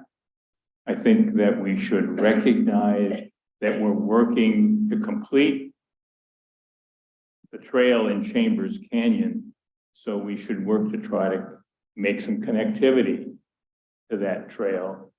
Because it's a trail that's going to be designed primarily for walkers. We ought to look at making it safe to be able to go down there, which would mean coming up with either whether it's a paved sidewalk or a safe trail from the Onyx Phillips intersection down to the trailhead at the top of the hill there where that trail is to start. The trail is shown on the plan, but it's not connected on that end to anything to be able to go and do that as it is in University Place, where University Place has put connectivity to that trail on their side of their side of the creek. Let me just ask while you've got that thought though. I'm looking at your comment on Lake Louise. I'm looking at figure 3.2. Is it as simple as just closing that loop? Reflect Mr. Branstadter's comment about the missing sidewalk? Well, Mayor Whalen, thank you for pointing that out. I was going to point that out on the screen up there that Weston has put up there. You'll see that there is an intention to build a connection up 104th Street Hill down to and mostly around Lake Louise, but it does not show the rest of the loop. Would not take much to put that in there. That's an easy thing. As far as the connection to the trail in the park on Chambers, there is one thing that I've just noticed is missing is Parks is already working on a trail connection to Onyx that we can add on there because it's already under design right now. That's coming in. Then we'll take a look and see if there is anything that's necessary to connect to the trailhead on the east side of that, because I believe there's a parking area there already for people to get into, in and out of, Yeah, and they'd walk on the quiet streets. Connecting Onyx Phillips to the trailhead, I think is what you're referring to, so we can get to the Chambers. Is Parks working on that based upon? There's an individual, Alan Billingsley, you told us, yeah, you should connect the game farm and all that with the trailhead. So is that why Parks is doing it with the trail rather than you guys? The Parks is working on the one in partnership with University Place and Pierce County to make the connection from halfway around Onyx up and down, because there's already a semi-unofficial trail and they're going to be connecting in Onyx in a parking area. They're dropping that down. The other part that we haven't looked at is connecting from Phillips with a sidewalk to get down there. But that's a very quiet residential area for the most part. And we have to check and see, is that something, a connection that we can add into the future work? But again, none of this would be funded. Okay, so again, I remind you that if we're doing this right, we're going to do it every 6 years. So this is not a final. We can change this as we go through time. Are there, the reason you didn't go down the east side of Lake Louise, are there right-of-way issues along there? Is that the issue? Yeah, I mean, it would be challenging to put sidewalk through there, but as Director Busich mentioned, it's not undoable. And there is no reason we couldn't add the rest of that to the plan. Again, we know it's a plan, it's aspirational. Right. It's unfunded, but we might as well get the magenta ink marker out and close the loop there. Adding dots to the graphic is not a problem. Also Lake Louise, since I grew up on 104th Street Hill, I used to walk down there, go around the north end of the lake, up that road and hang a left to go to the high school. And when I was younger, I used to cut through all my neighbors' yards and end up going down to Lake Louise Elementary and then what used to be the former man. So that was an informal way to get there, and walking through a lot of those streets too. So you can get there from here. I know the residents around the lake would like to have a loop around it. Sure. We just want to make sure that it makes sense from a transportation perspective, and it always makes sense. Building sidewalks wherever you put them in the community makes sense. It's just, how do we fund them? That's what we are challenged with. You know, I'm not an engineer by any stretch, but one wonders in some of these tight neighborhoods like the Interlochen Road going across the bridge, the Lake Louise thing, while sidewalks would be, option A, is there a safe option B? Again, a raised curb with asphalt So that could work for people, that provides that separation, but yet is That's a- something. that's a very good point. And that's one of the things that we're going to be talking to the Oak Brook community about. Rather than building curb gutter sidewalk like we did on Onyx all the way through it, is it more acceptable to the community because it's a quiet residential neighborhood? Would a different form of a path, paved path going through there make more sense? Interlochen is 30 feet wide. Oh, I get it. I get am it. not convinced that the road is centered in that 30 feet. I am not convinced the road is in the right of way at all places even.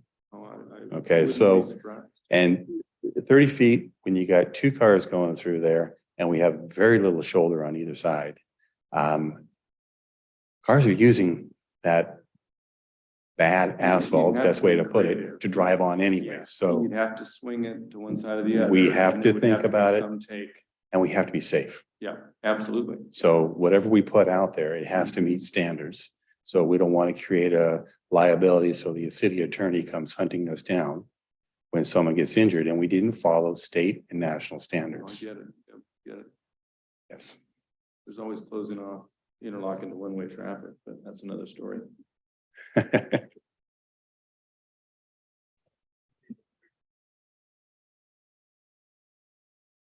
And then we'll have grant funds to go and chase and get it replaced and do it right. Yeah, exactly. Okay, any other thoughts?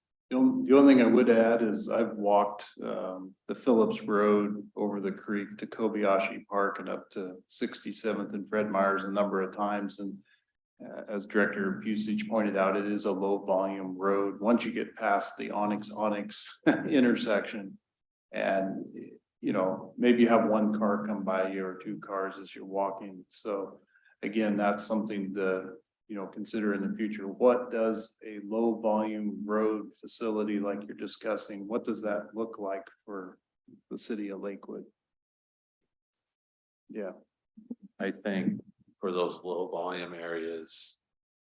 I know I like the idea of consistency, but I think for some of those areas, and that may be a good place to test it since you do have a shoulder. As you go right from that Onyx portion or Phillips and head, that maybe that's where we do the extruded curb. And I mean, you still have to do the surface water and you'll have to do some lighting or something, but I think you can get there. We just need to be, I think, you know, and that's a good one. I mean, we're talking big on a Monday night. And I'm pretty sure of this, but I think that's one of the things that when you start designing, you bring that to us and say, okay, this is not going to be the same. And it is a cheaper way to go. I've seen in my personal experience was there was a fairly large part of the town I grew up in that got completely redone with exactly that thing. Must have been in the 70s sometime with CDBG dollars or something, and they came through and literally did, you know, a square mile of roads all over this neighborhood with the extruded curve. You know, they actually, in the case, they paved the whole thing, so they actually had nice roads because they had the rural quality roads like we have, but they paved it and then they created the extruded curve, but they did have the proper for the time, the surface water stuff, and then you were protected from that because they basically brought the asphalt over. I don't know. I mean, once you'd have to show us pictures and stuff, I think, for us to agree with, but it may be something to consider in those low impact areas, but I don't know where those are. When you make that decision to do something different.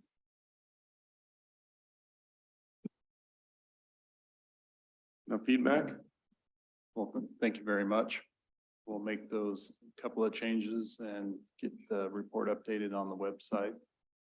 Any other feedback comes up in the next few days, let us know. Thank you very much. Well, and I don't want to leave you without thanking you and the engineering staff and all Public Works for the, you know, incredible work that's been done. Even the good work to date on, you know, Washington Boulevard. We got a little bit of gnashing of teeth down there. But it's coming together and I think it's gonna be beautiful, just like Veterans is and Gravel Lake is. So when it's all done, people will be much happier, of course. But the improvements are noted. People are really appreciating them and enjoying them. So we get lots of positive feedback. Yep. Moving to the neighborhoods has been really helpful. You know, even the roundabouts, people are getting used to them. Yeah. I thought about coming up with a funny TikTok video for council members and little cardboard cutout cars to kind of show people how to go through a roundabout and And I'll go the we'd probably wrong go way. viral on it or something. Yeah. I will say, I've told people about the roundabout going at Fort Silicon Park, and they like that idea because everyone recognizes that that intersection's a mess. And they don't argue with the one on Interlochen that you put in at Washington because everyone knew that that was a dangerous intersection. So, and you would, yeah, you were here, you could tell us in high school that was bad. And so when they really are a meaningful, they love them, and then the rest of the time we just have to get used to them because.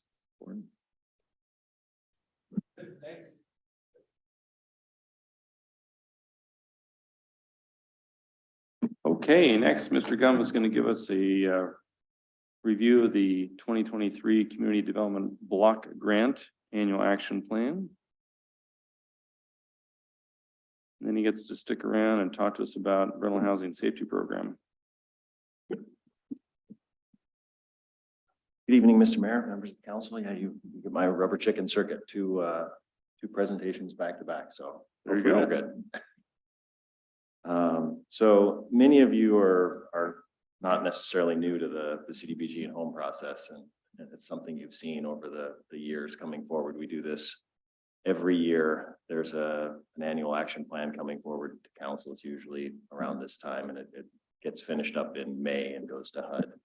So the other part of this process is there's the annual action plan, and then there's kind of the overall 5-year plan. So every 5 years, we bring to council kind of our overarching goals of what we're going to do with CDBG and home funds. There's a fairly extensive citizen participation process, and we develop those goals. And once they're developed, we carry them out over the next 5 years. So before you is the proposed fiscal year 2023 annual action plan. It would be year 4 of the 5-year planning cycle, which goes from 2020 to 2024. Right now, we're kind of dead center in that. We're at year 2.5, basically. So fiscal year 2023 allocations were recently announced by HUD. My glasses on because $542,464 is what HUD is looking to allocate to the city of Lakewood for fiscal year 2023. That's fairly static from what it was last year. Last year was $553,819. Home, we're looking at a $341,312 allocation, and that is up just slightly from last year of $309,376. The home wasn't necessarily more money that was allocated. It's just there's less consortium members, so there's less people to divvy the home funds up. So our allocation went up slightly. What we're looking to do with the 5-year, or sorry, with the annual action plan is driven by the 5-year plan, and the 5-year plan identified 4 specific goals that we're trying to meet. So the goals that were identified in the plan were housing instability among residents, including homelessness. Goal 2 was limited supply of diverse rental and homeownership opportunities. Goal number 3 was need for accessible culturally competent services. And goal 4 was need for safe, accessible homes and facilities. And as kind of those speak to it, it tends to lead one to affordable housing and affordable rental opportunities and development of said affordable housing kind of being the priorities for the 5-year plan. So as I mentioned, we're in kind of year 2.5. All of our goals advertised in our 5-year consolidated plan. We're on fairly well placed ground to meet those goals. We're kind of ahead of some of the goals and fairly consistent with where we are on most of those. The one goal that it looks like we're behind on, but not necessarily, would be sidewalk improvements and infrastructure improvements. We've had one infrastructure project in this 5-year cycle. And I do anticipate one more infrastructure project coming in year 5 of the cycle. So there'll be some additional either street lighting or sidewalks that'll come in the last phase. So we meet that as well. In your annual action, or sorry, in your agenda packet, on page 92, discusses the proposed allocations. So the proposed allocations were developed kind of over a couple 2-3 month process. We look at the 5-year plan, kind of figure out what's needed. We look at kind of where our goals are, figure out what we need to prioritize and move, and then we do public hearings as well. So there was 2 public hearings. There was one about a week ago that was held for the CSAB. CSAB typically reviews the plan and holds a public hearing. So we did that as well. They reviewed the plan. There was a public hearing before that in January 30th as well. At that public hearing, we actually received a decent amount of comments from the public that at the CSAB one on March 15th, we didn't actually have any attendees to comment. So at the January 30th, most of the comments that we received were focused around affordable housing, development of affordable housing infrastructure in support of affordable housing, various programs to pay liens and moving expenses and those types of things. So again, on going back to page 92, with that input and kind of the goals that we're looking for with the 5-year plan, proposed would be 6 different funding sources for CDBG. So housing major home repair would be proposed to be funded with $352,929.36. That includes a really small amount of reallocated funds from 2021 admin that was unexpended, and program income we anticipate to be around $100,000, somewhere in that ballpark. Number 2 would be housing, again, would be emergency assistance for displaced residents. That allocation is proposed at $20,000.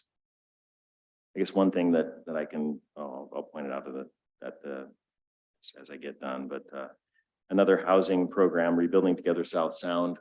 We were contacted by Rebuilding Together South Sound about this time last year, and they were looking forward to partnering with the city in this funding cycle. So they put an application in, and they're looking for an allocation of $75,000 to have us partner with them. They would do a similar rehabilitation program, but pick up different households that the city of Lakewood's not. So the city, under the major home repair, we do fairly large scale remodels in owner occupied housing for mostly elderly, low income households.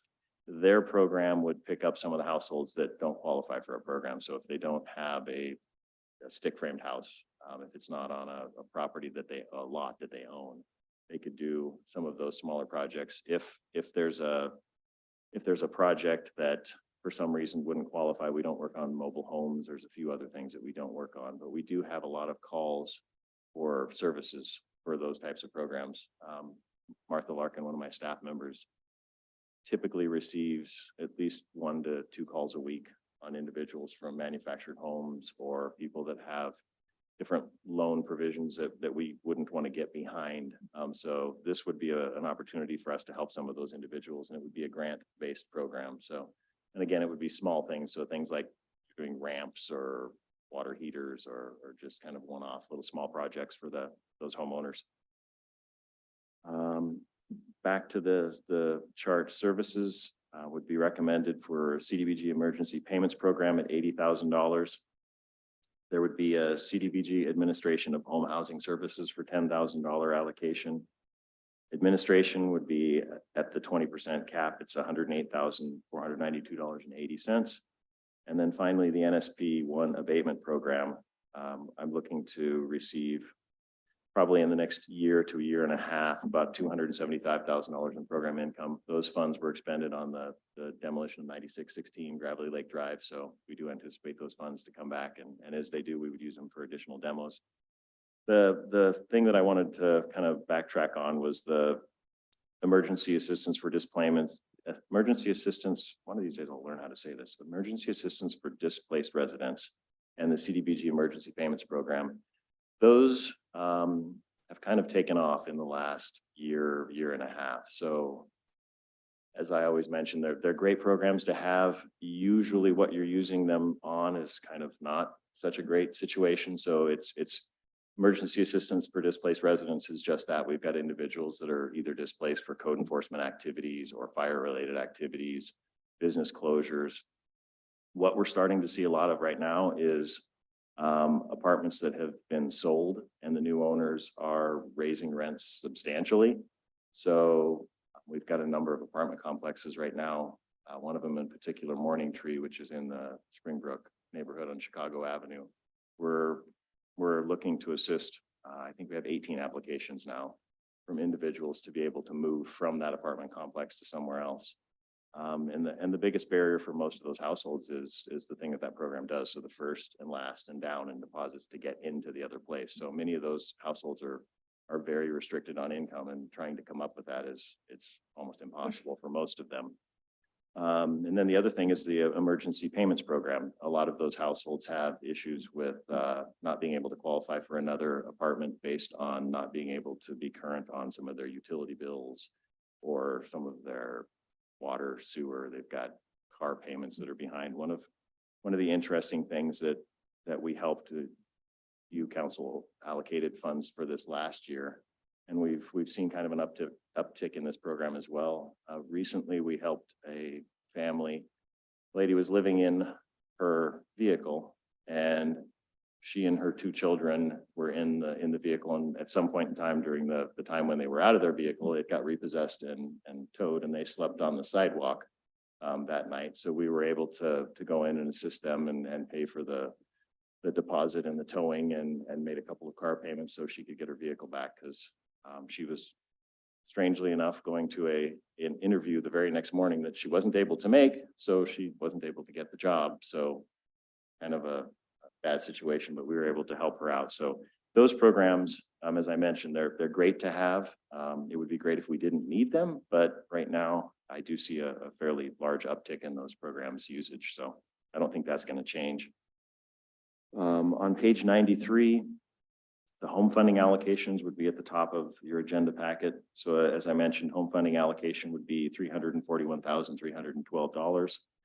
I would propose kind of sticking with what we've done over the years. We've started funding a lot of affordable housing developments. We're looking to fund LASA in their development of 25 units of affordable housing. We've historically funded Habitat for Humanity in their developments as well. So Habitat is right in the middle of developing a 12-unit new housing development in Tillicum. And LASA is working on completing their funding package to complete 25 units on Gravelly Lake Drive. So this funding, along with $128,302 in program income, would be allocated to the Affordable Housing Fund, bringing it to $469,614. That funding could be used to fund the LASA project as well. Can I ask you a quick question about that? Yes. As we went back to Washington DC this last week to advocate for some federal funding for LASA, anecdotally, we were told that the city was trying to cobble together home and CDBG funds of upwards of $2 million to add to the LASA bucket. And I don't see that anywhere near close on the sheet here. So Yeah. am I missing a decimal somewhere? No, that's actually a good question. So the 469,000 in this allocation would be combined with monies that is already in the Affordable Housing Fund. So every year we get back program income and we expend funds. There's I think it's about $606,000 that's in the Affordable Housing Fund that's unspent right now. Yeah, so we would be able to combine that with the $469,000 and allocate that to LASA. That's $1 million. Where's the other $1 million? The other $1 million is coming to council soon, coming to a theater near you. That would be home ARP dollars. So the feds and all of their amazing programs that they kind of threw out there over the last 2 years was CARES Act funding. And so there's another allocation that we're looking at. It's $1.175 million. Those reprogramming on the Fed side? In a Yeah. sense? Yeah, so Mhm. those would be allocated to the LASA project as well. So that gets us to our 2 million, and it could be a little in excess of 2 million, if we wanted to use all of those funds. And then we already have a million, right? Or didn't put in ARP money? Yes, you, as council awarded ARPA funds last month, I believe, in $1 million allocation. And they are in both the House, the State House and the State Senate capital budgets. Or For like- 60. For 460, is that what it is? Yeah. Yeah. I don't know what that does, right? Well, what it did, and I'll, the deputy mayor and I can chat about it in council comments. What it did is it did register on the radar of the federal delegation. They were pleased to see the state putting up some capital monies for the project. So it may be opening the door for them to jump on board for the $2.5 million ask. Because then you got county, city, state, feds being the last dollars in, which is where they like to be. 3.5, yeah. So I guess my only question, I don't mean to jump ahead on the affordable housing monies that are there. It's great that they're going to be set aside and used for LASA, but I'm kind of surprised that they're there and they haven't been used, or someone hasn't come up with some bright idea on how to use them and made an application to us, because we hear about the needs for affordable housing all the time, and here we've got this money that's been sitting there. And more money to be reprogrammed for affordable housing. So, we hear about the great need. Here are some resources. Why haven't they been deployed? It's back on. We have had some not necessarily application, we've had some interest in the program. So there have been some developers that have come in and asked for affordable housing funds. Somebody emailed me today about that as well. Usually what happens is they find out that we've got $500,000 or $600,000, and by the time they introduce it into their project, if it has any effect on construction, so if they're using it for it, they trigger Davis-Bacon on their entire project. So they tend to listen to my presentation, and then when I get to all the really bad stuff, they kind of sit back and go, wait a minute, I have to do all of that for $500,000. Oh, strings attached. Yeah. Yeah, so it usually starts out really well, and then it kind of goes downhill as they find that there's a lot of strings that go along with it. So it works out really well in like a habitat project or LASA or some nonprofits. So there's a few out there doing it. Actually, Homeownership Center intends to come back in the next year or two to ask for some home funds as well, because they're very experienced in developing housing with home funds. Yeah. Yeah, I proposed to HUD on numerous occasions to kind of pool all of their programs into one funding stream and simplify the rules and regulations, because if they want affordable housing, they're kind of fighting themselves. Did you have a question, Mr. Mansour? Yes. Thank you, Mr. Mayor. Yeah, Mr. Gilman, and you certainly have a knack for stretching the funds that we have to be able to do a lot of good. Over the past 3 years, we got some additional CDBG dollars because of COVID and doing that, and now we're back to a more normal allocation. So what is it that we were doing that we're not going to be able to do now? So with the CDBG dollars, the CARES Act, the CV funds, they were primarily focused on rental assistance. So we did a lot of tenant-based rental assistance. We paid a lot of back rent for landlords and tenants. We did some business assistance where we provided grants for employee retention. Those are the primary activities that we focused on realistically over the last 2 years. So it kind of took away from what we were doing. Those activities don't have a CDBG allocation. It's not something that they could be used for in the future. CDBGs, what happened is when the CARES Act came, they kind of blew the rules apart and came up with a new set so they could address that. So they kind of relaxed what they were doing. So CDBG moving forward is not something that we could do tenant-based rental assistance with. Home is a program that could. So in the future, if council wanted to do a tenant-based rental assistance with the home program, that's something that it would qualify for.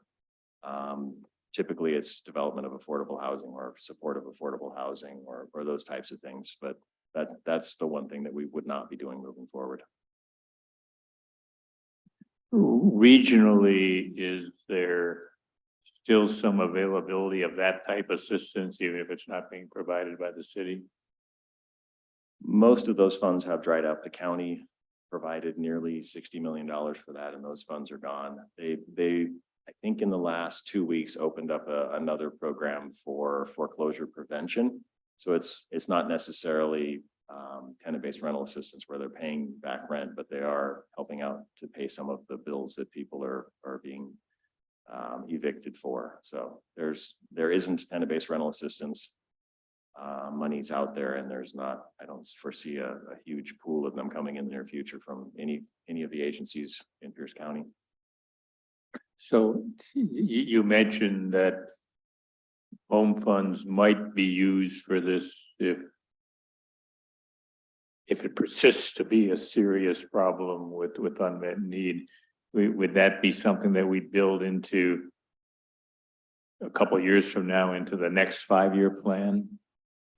Realistically, that's probably the easiest avenue to do. I mean, there's one more year after this in the 5-year cycle, and you can either do an amendment to your 5-year plan and kind of change your direction in midst of what you're doing, or build it into the next funding cycle. And I don't foresee, as the way rents are going, I don't foresee rents coming back down in the near future and the need going away, even in the next 5-year cycle. But we could finish this 5-year plan with the goals we have and then determine whether we need that goal in the next 5 years. Yes, you could. All right, thank you. Just a quick question, reading ahead on page 93, you mentioned, and you've already mentioned in your discussion tonight, this says 3 large apartment complexes have been sold. And I think actually this was in the paper where they had purchased 2 or 3 in one fell swoop. And it's their right, I mean, to raise the rent. Are they making any improvements to these properties, or are they just charging more? I haven't seen any improvements yet. I know the property ownership company, I'm trying to remember their name, Sage LLC, and I believe they're out of Eastern Washington. So their intention on the garden park, which is the Springbrook, is to pretty much get rid of everybody that's in that complex, is what I was kind of told. And they're going to make improvements to the complex, and then rents will increase from that point forward. So they will make improvements to it. They haven't done that yet. I've just, at this point in time, seen people leaving the apartments. I haven't seen anybody coming back in. So the other 2 units, I haven't seen anything at all, Evergreen Court and Colonial Court, for tenants in or out. So I'm assuming that they're going to address one complex at a time. It's one management or one ownership company, and I don't know what their capacity is to. That would be a big undertaking to do 3 of those complexes at one time. Thank you. Do you have a place that you say you assist them in their moves? Where do you have a location that you can put them? For the individuals, so the emergency assistance is specific to paying whomever they move.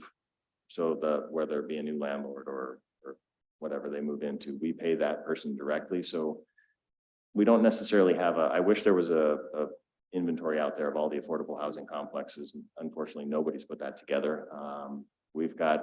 Pierce County has a decent listing of some of the affordable housing providers, so they can kind of find some of those, but it's up to the tenant to go out and kind of do their due diligence to find a place to live, something that works for them. They come back to us, and then we would pay up to $4,000 in assistance to get them into that unit. Okay, thank you. Anything else? Well, great. Thank you. I know it's a lot of work and regulatory juggling, shall we say, to bring it all together. So I know you've done great work in all of this. Thank you. And unrelated to tonight's proposal, I just want to thank you for all the work you're doing on the abatement program too. It's great to see the project on Gravity Lake come to fruition, shall we say. It's nice to be done. Any movement on that getting paid back? Is he coming to his senses to sell his property? I wish I could say he was. I'm not certain that he is. We've filed a lien on the property, so the city filed it just in excess of $607,000. So the lien is there. There's some sewer liens and some tax liens, and it's in foreclosure. So hopefully moving forward, there will be a sale and we get paid back. Great. Very good. Well, keep up the good work. We look for your updates. Thank you. You could stay in the hot seat for a little bit. It's a warm seat, not hot.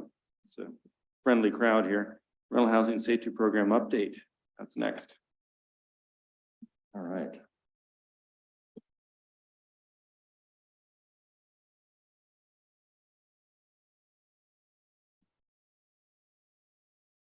This one works. Huh?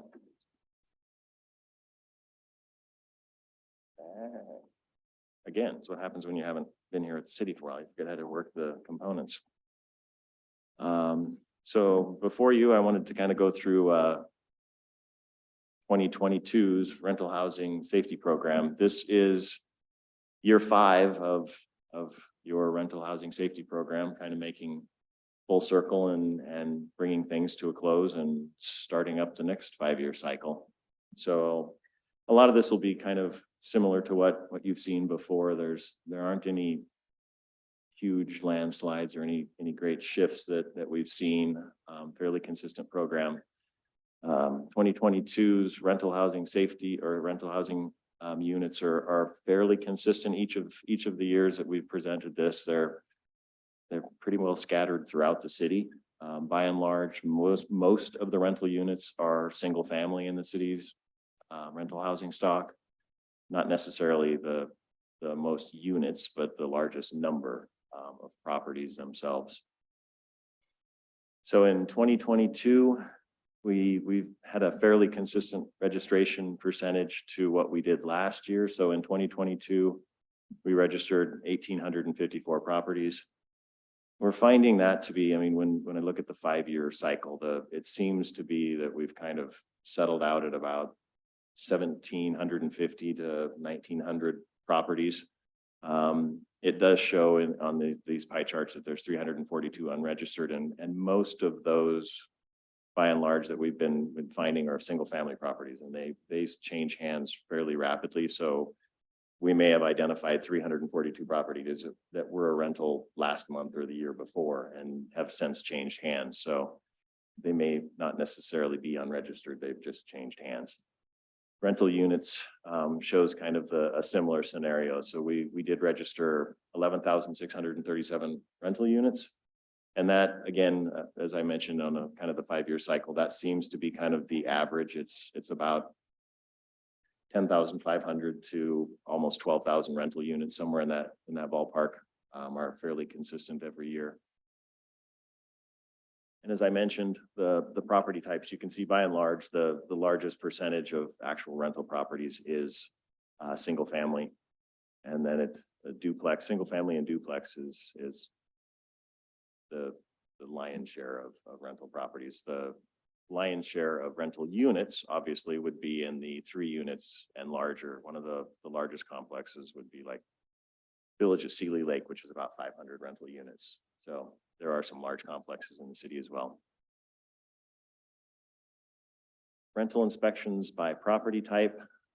In 2022, there wasn't, it kind of looks like we didn't do a lot of inspections. You'll kind of see how things shook out. There's some things that we've been doing differently over the 5-year cycle as we kind of went through the first 2 years of very heavy inspections. And as you get through them all, obviously in year 5, you're going to have less new initial inspections because you've kind of done most of them in the first 5 years. So 4 years. So initial property inspections, we had 97 of them last year. Most of them were conducted by the city of Lakewood. There was one that was conducted by an outside inspector that we approved. 46 single families, 39 multifamily, and 12 duplexes. Initial inspection results are again fairly consistent. We've seen this over the 5 years. So we go in, it's a fairly extensive checklist that we have that you have to pass. And some cities have it set up where you can fail a certain number of things and still pass. And our checklist was just determined, just pass all of these units or pass all of these requirements, and then your unit passes. So once you get there, we pass. So we do expect to have a higher failure rate initially and then bring them into compliance. So in 2022, 97 total properties were inspected, 89 of them failed, 173 units failed, and 8 passed. So kind of a, and this one, here we go. No, I didn't. So 2022 re-inspections, as we go out and do the inspections, we had 162 re-inspections. So you see, we started with 97 properties that we initially inspected, but now we're re-inspecting, we're doing 162. So what that means is we've got a number of properties that are kind of tailing over from 2018, 19, 20 that still haven't necessarily completed all of their repairs. Some of them were fairly extensive. Actually, I think 2018 is done. There's a very few, 1 or 2 in 2019 that are still kind of get their stuff done. So as we go through the inspection cycle, there's re-inspections of current year, and then there's re-inspections of previous years as we move them through. So we did 162 re-inspections. Again, most of them were single family, so 91 were single family, 42 were multifamily, and 29 were duplexes. Re-inspection results, 162 properties were re-inspected, 77% of those passed, 60% of the units that were re-inspected passed. So fairly consistent numbers to last year. They were 75% for the properties that passed in 2021 and 47% of units that passed in 2022. So we actually improved a little on the past units. I believe in 2021, we had Echelon, and there was another large apartment complex that failed. So last year was kind of skewed a little bit for the failure rates based on a couple of large complexes. Didn't have that this year. Some of the common inspection items that have failed, there's a little bit of kind of change in the where we were to where we are now. So in 2022, we've started seeing more plumbing and electrical issues than we have in years past. Smoke detectors and carbon monoxide detectors have consistently kind of been a thing that we've seen in most of the units. And structural components and interior and exterior issues on the buildings are something that we're seeing. So in 2022, I can definitely say I have seen more plumbing, electrical, and structural issues in multiple units than I've seen in previous years. So, and again, in insights, as I kind of mentioned, with what we're doing is taking initial inspections from failure and then moving them to the positive. It's great to have higher blue lines on the right side, so we don't have a lot of passes, but we get them through to the past cycle. And most of the complexes that we go through, they don't have huge failures. I mean, it's whether you don't have smoke detectors or straps on your water heater or whatever needs to be done. If it's easy things to do, what we typically do is we'll set up a schedule with the owner to get it fixed, and they'll typically send us videos. If it's something where they need to install water heater straps, we don't need to go back out and install or inspect water heater straps. So we would have them send a picture. If they need smoke detectors, we'll have them send a video of the bedroom that was supposed to have smoke detectors, and we can obviously hear that they work and they function. So we allow them to do that. So not all fails require a re-inspection. We tend to go out on re-inspections on the larger things. So the structural life safety issues, we'll go back out and make sure that those are there. One of the things that we've started doing a lot more of in the last 2 years is what we call a mandated inspection. So mandated inspections are typically occurring when there's life safety things, an issue with the property, whether code enforcement has identified those as violations, whether building departments identified them as structural issues or life safety egress types of things, or myself and one of my inspectors, when we go out, sometimes we'll identify certain units that have issues, and then we'll expand the inspection into other units based on what we've seen. So sometimes these do occur. We've had some units that had outstanding issues between 2019 and 2022. They didn't fix their properties, and then they just failed to register for multiple years. So we end up trying to bring them back into the fray. And usually what we find is there's a reason why they haven't registered for the last 2 or 3 years, because unfortunately they've had some issues that they didn't want us to come out and inspect.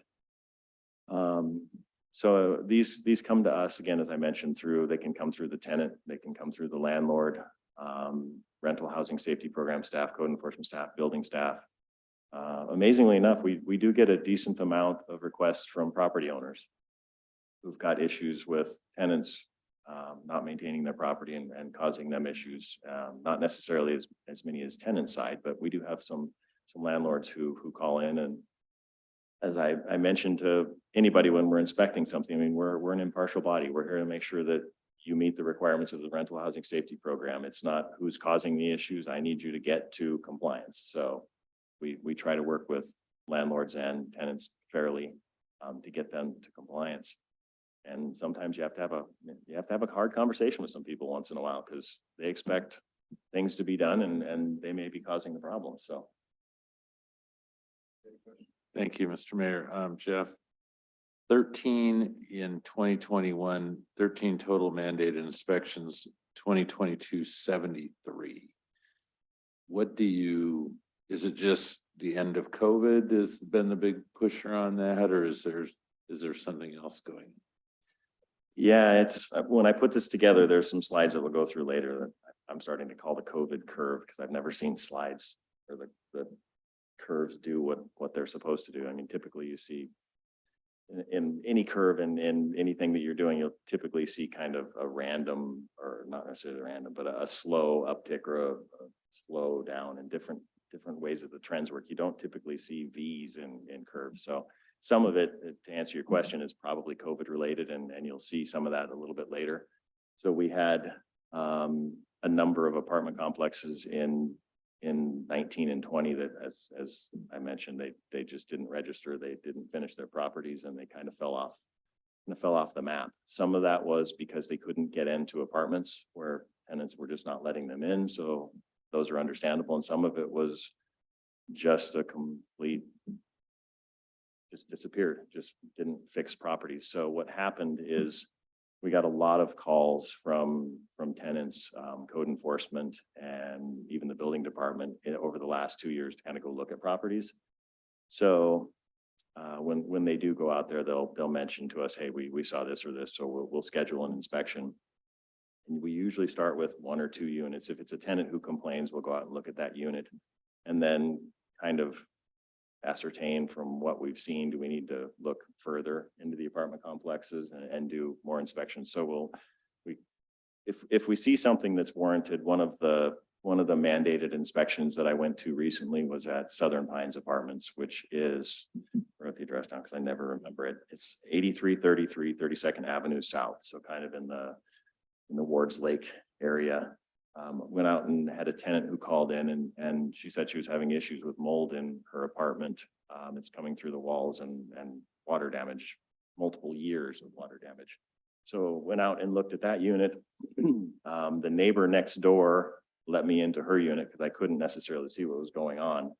And it's an apartment complex that I've been in probably 3 or 4 times over the last 5 years. And I've seen similar incidences, but until you kind of see a bunch of it, you kind of were able to put a puzzle together. And so when I inspected the unit next door, they had pretty much gutted the bathroom and patched a bunch of places. And there was extensive water leaks throughout the unit next door and mold all over the place. The unit upstairs was the same way. They were working on kind of tearing it apart and trying to fix it.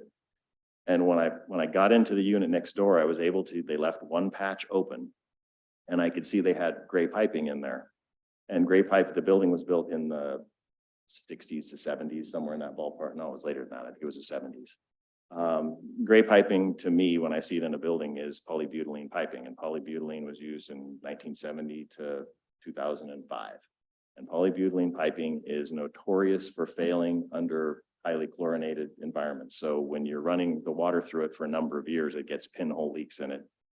And all of the piping tends to fail and you get water leaks. So when I saw that, that was the puzzle piece that I finally was able to put together. So we inspected all 50 units at that complex. 2 complete buildings have failures in every single unit. So there was one building that had failures in 16 units, another building that had failures in 14 units. So rather than fix it and make it safe, they were patching in pieces here and there and trying to get by. So those are kind of the things that we're seeing more of now. So there's a lot of issues where we go in and there's wiring issues and plumbing issues and things that weren't necessarily done right. I think some of the tenants have kind of gotten used to the program, and when they see something, they're calling in a little bit more frequently now. So.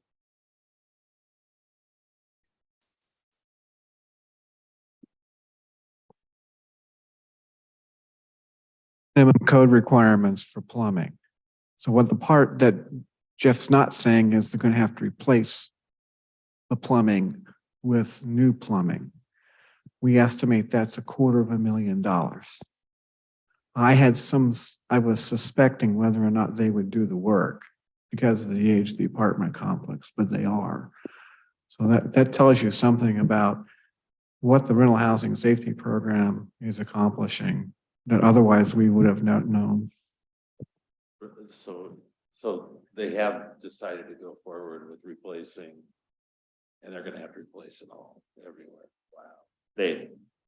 We haven't given them their report yet. Heather was still writing it. It was, when we finished it, it was literally an old 12 or 13 pages of issues with the building. So it was plumbing, it was smoke detectors, it was egress. There was a number of issues in the complex that was well beyond plumbing as well. So unfortunately, but they will have to fix that. I mean, if they're going to maintain the units and have them as rental, they have to comply. They can't have leaking plumbing lines. And the other thing that was interesting is we went into every unit, and usually when I see that, I'll ask them, hey, do you guys have any water leaks this year, last year, any year? And every single tenant told me the same thing. Oh yeah, we have water leaks every year. Every year. We've had plumbers in here who've told, because they're there when the people are fixing it, plumbers have told the owners, hey, you have polybutylene piping, you need to fix this. And they just didn't fix it. So it's the rental housing safety program. I mean, it's a nice thing where we can get in and get those things addressed. Under building code, it's a little bit harder to enforce because building code can't necessarily mandate them to change all of those pipes under building code. But when we go in and see 30 units that have completely failed water systems throughout, we can then say, hey, guess what? You've got a bigger problem. You need to replace it. Whereas the building department wouldn't be able to do that. Thank you.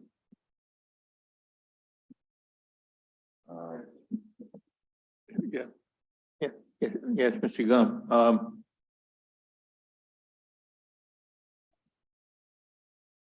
When we started the program, we got into COVID and we ended up with folks that didn't want an inspector to enter their unit, and we came up with a virtual inspection model.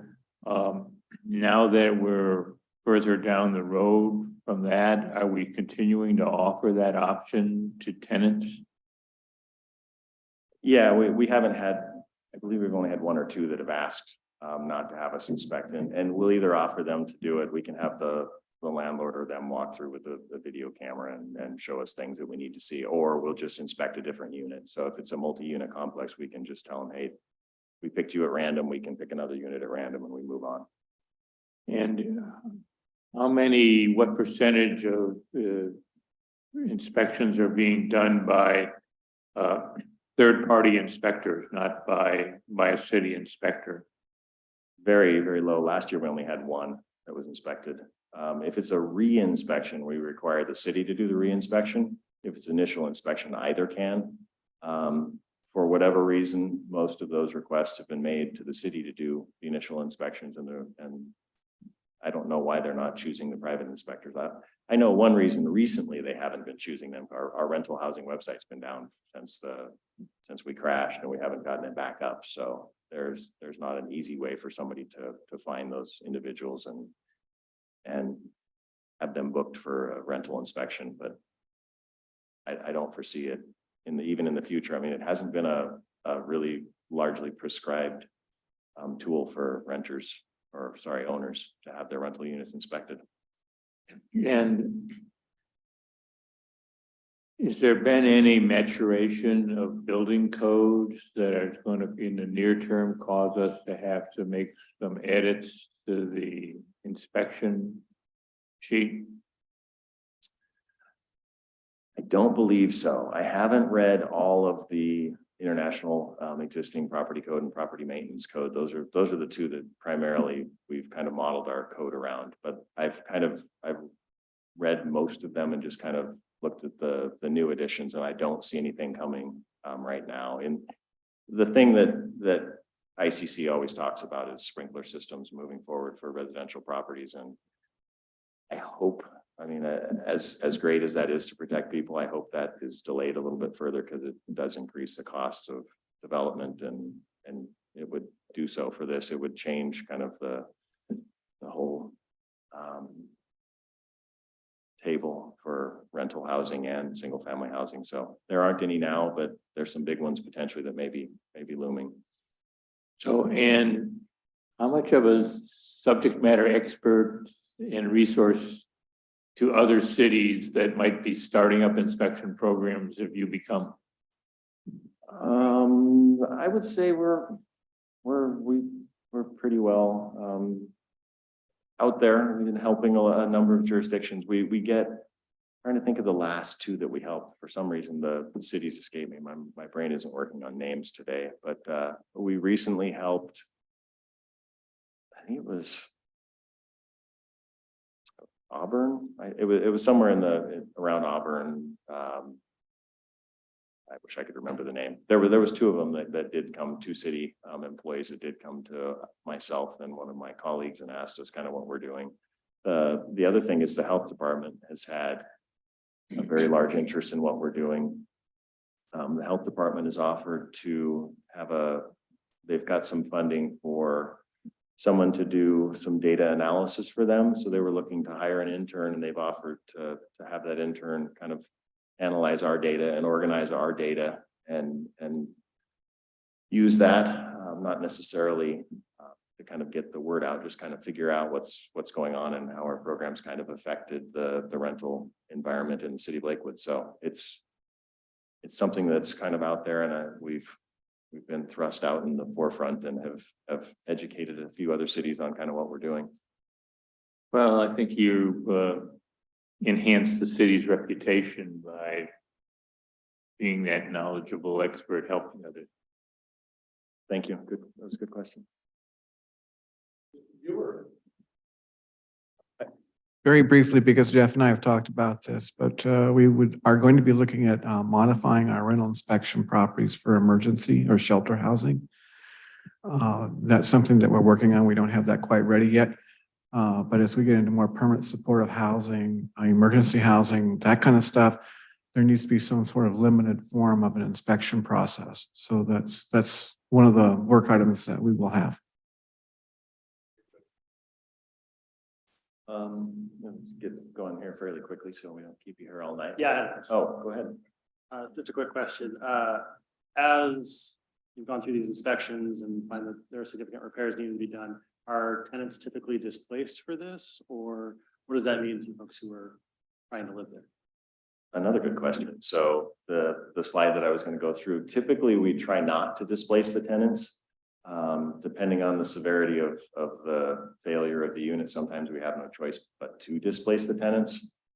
If we do, that's when we use most of the tenants that we're inspecting for are low-income individuals. There's a few that aren't, but primarily when we get into these units, they tend to be some of the lower end units that are not as maintained as well, obviously, that have some of the issues. So most of those tenants tend to be low income. So we offer them emergency assistance for displaced residents.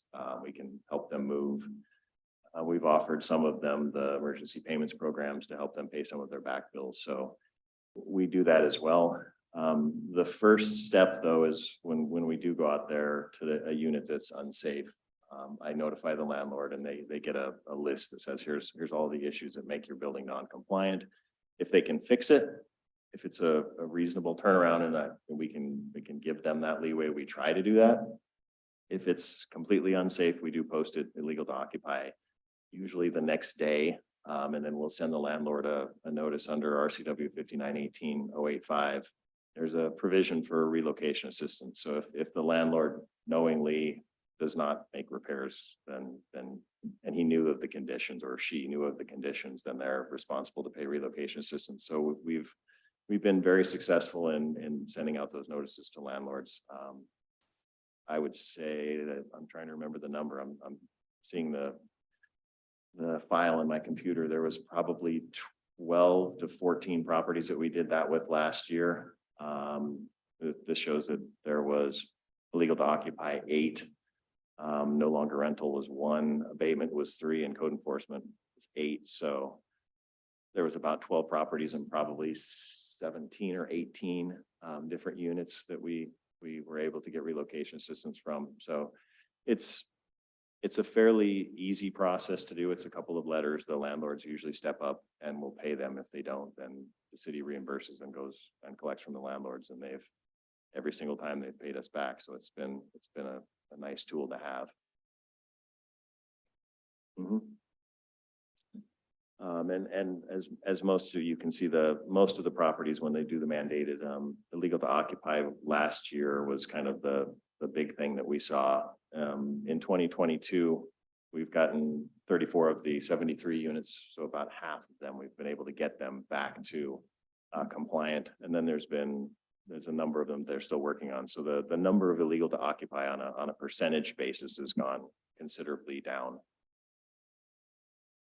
So 5 years in review, we'll kind of show you what we've seen, some of the things that at least I think are kind of interesting. My COVID V in the middle of it, you'll see. So registered properties over the 5 years have been fairly consistent. In 2018, there was obviously the highest number. And I think what happened, they've gone down to about 1,800 units.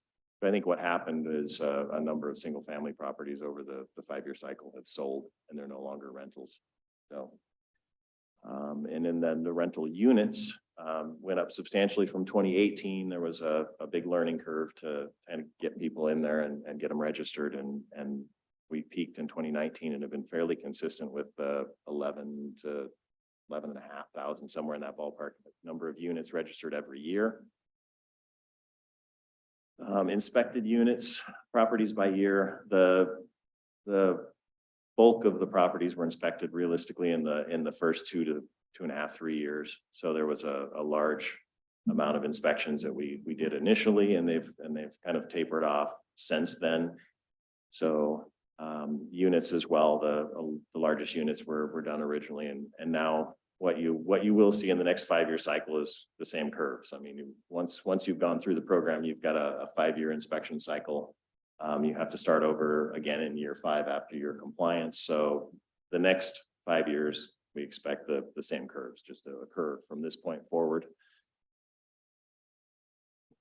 There's my favorite COVID slide, the little V's. I don't usually see that. So the failed properties by unit and by year. So in 2018, again, I mean, there was a fairly large number of units inspected, but the percentages of overall units passed, I thought was kind of interesting in both properties and units. So in 2020, there was this giant dip literally in total percentage of units that passed. And we got down in 2020 to like 22% of properties passing inspections. So that was, I think most of that was a COVID related issue and just people kind of checking out and not dealing with their properties. And then now we're seeing that curve kind of increase. And again, it's a combination of initial inspections and then re-inspections of properties that are still kind of working through the process that are getting into compliance. So I'm happy to see the curves going in the right direction. And kind of the issues that we've seen over the 5 years.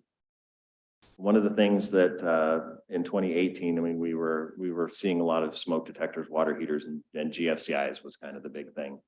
And in 2019, kind of the same things. It was GFCIs and smoke detectors, and then electrical was a little bit bigger. But in 2019, council decided to change the GFCI rule to match what the building codes are. So we had an additional GFCI requirement in kitchens, so it was in bathrooms and kitchens.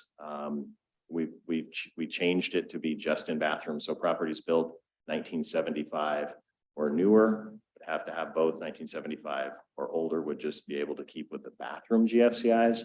So what that did is we saw a lot less issues with GFCIs. So those went down. Smoke detectors, unfortunately, stayed fairly high over the years. And then, as I mentioned, over the last couple of years, we've seen an uptick in electrical and plumbing issues. And smoke detectors have kind of always been a big thing every year. If they tend to fail in units, or they're just not there, tenants take them down, all kinds of issues. But to me, the biggest thing was kind of the change from what was really kind of small issues, GFCIs and water heater straps, to what we're seeing now is larger structural components, electrical issues and plumbing issues. And typically the electrical and plumbing issues that we're seeing aren't like necessarily just dripping faucets and leaking things. It's a lot of structural and damage that the plumbing is causing. Same with electrical. It's not necessarily little simple things that we're seeing. We're seeing a lot of exposed wires, a lot of junctions that have been modified, open and exposed wiring in units. And so it's kind of an unsettling trend on some of the things that I'm seeing this last year. So hopefully that'll change in the next 5-year cycle. With that, anyone have any questions? Any thoughts? I know recently there was a bit of a challenge on the IT side with the program. Have we overcome that hurdle? So to the point where we're up, running and registered? We are hopeful. Today, the programmer was finishing up. So this afternoon, he was doing the last little tweaks to the system. Heather Overstott has tested a little bit of it. It's fairly new, so we're very hopeful. He's very hopeful that the issues are fixed and we can get that thing up and running. I believe our goal is to get that up and running this week. So it should be there. We've had a number of landlords who are eager to get access to the system. So, and that the other piece of the puzzle will be hiring the other rental inspector as well. So in November, one of our staff members moved on to different things in a different capacity, and we're looking to replace him fairly soon as well, so we can get going as the next 5-year inspection cycle gets going. That curve of a lot of inspections is going to happen.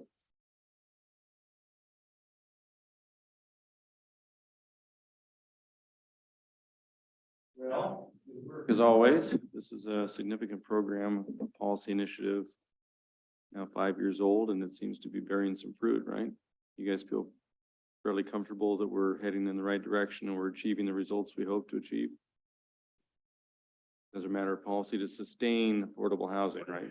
Yes, but I would also say this is a real team effort between planning, building, housing, and CSRT, as well as legal. So this doesn't work unless all those parts are moving in line. So it's been really good to see this level of cooperation. And I think that's one of the reasons we've been probably a little bit more successful than other cities. Yeah, I would echo Dave's sentiment. I mean, with the dangerous building program and rental housing and code enforcement and all of the programs that we have out there, they kind of work in unison, and we're able to kind of make a bigger impact in a neighborhood, whereas other cities don't necessarily have the same tools that we have. Unfortunately, the city I live in, I drive by a horrible building that needs to be torn down, and every single day I drive by it, I think, should I volunteer my services?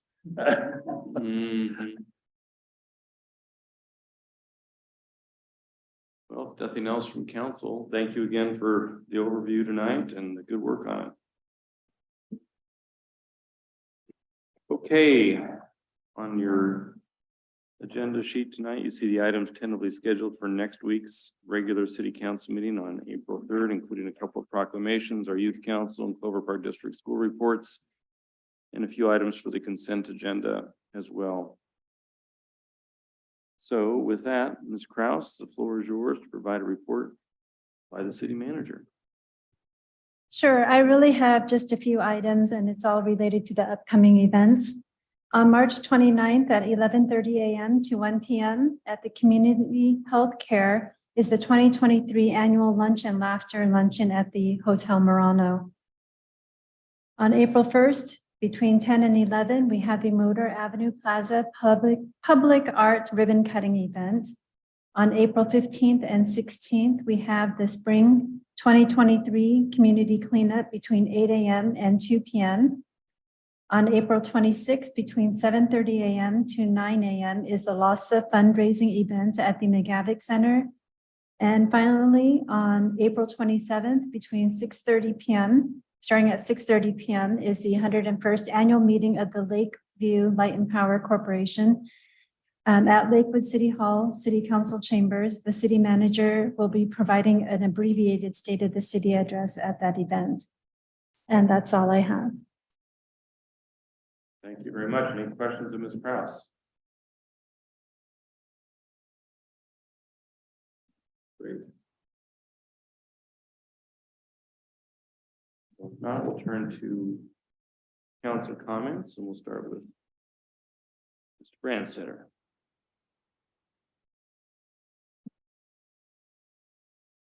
Yes, Mr. Mayor, I guess that I would just extend a thank you to you and the others with the Lakewood Rotary. I understand that your event, although I wasn't able to be there, was very successful and is going to provide a financial foundation for moving forward with an Imagination Library program here in the city, and I think that's something that will become to be greatly appreciated. Thank you very much, Mr. Boki. Ditto on that great event. I'm sure you'll tell us more about it in your comments, but really enjoyed it.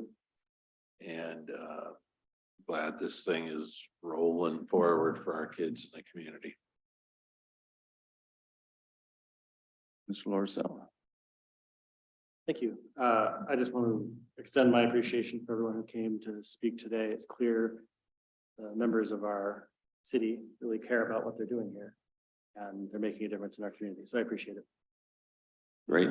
The Citizen Advisory Board members, you meant? Yeah, great. Deputy Mayor Moss. Thank you, Mr. Mayor. I know you will talk a little more about the trip to DC, but I will say it was very eventful. I enjoyed it. I got 20,000 steps in a day. They walked me to death. No, but it was fun. We had a good trip. Rotary event was awesome. I'm surprised that you held up as well as you did after your day. Yes, you was flying from one place to the other. And that one, that afternoon, I did attend the 62nd Air of the Flame award ceremony, and they did it really different. They had it in Hangar 3, and then they allowed the squadrons to have their mascot. So it was all in flannel, and I mean, it wasn't a formal at all. And so it was different, but very interesting. And he, Faison Baker said he had to figure out a way to get the people there. And when they said they didn't have to get dressed up, they came. So it was a good event. Have fun. Thank you. Well, thank you. So I will lead off briefly with our trip to Washington, DC. As is typical with these trips to DC, they are a crush in terms of the time. We left early Tuesday morning, you get there late Tuesday afternoon. we basically study the packet and we get up Wednesday morning. We had meetings all day Wednesday, so we met with Congresspersons Smith, Kilmer, and Strickland, mostly their staff members, because all the congressional leadership were not yet in office that day, working on the sort of month-end rush to get appropriations lined up for their respective districts. But we met with their staff members, and then we went to both senators, Cantwell and Murray, their offices, and then to our Washington State Governor's office, which they have a legislative liaison there. So we spoke to that individual. In each case, our priorities were set out as you were briefed before we left. We were out to not really advocate for, but to indicate we were supportive of the lawsuit request for $2.5 million, which was the last money to be in on the project.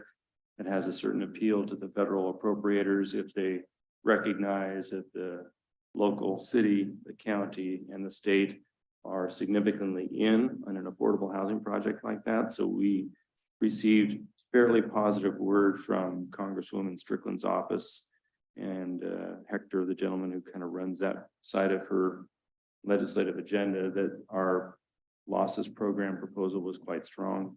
And we should receive some information shortly as to whether that was a successful ask, at least on the House side. And then the Senate offices will likely support it as well. We also talked about RAISE grants. We are seeking an $850,000 RAISE grant, which is an opportunity for transportation planning funding for medium-sized cities like Lakewood.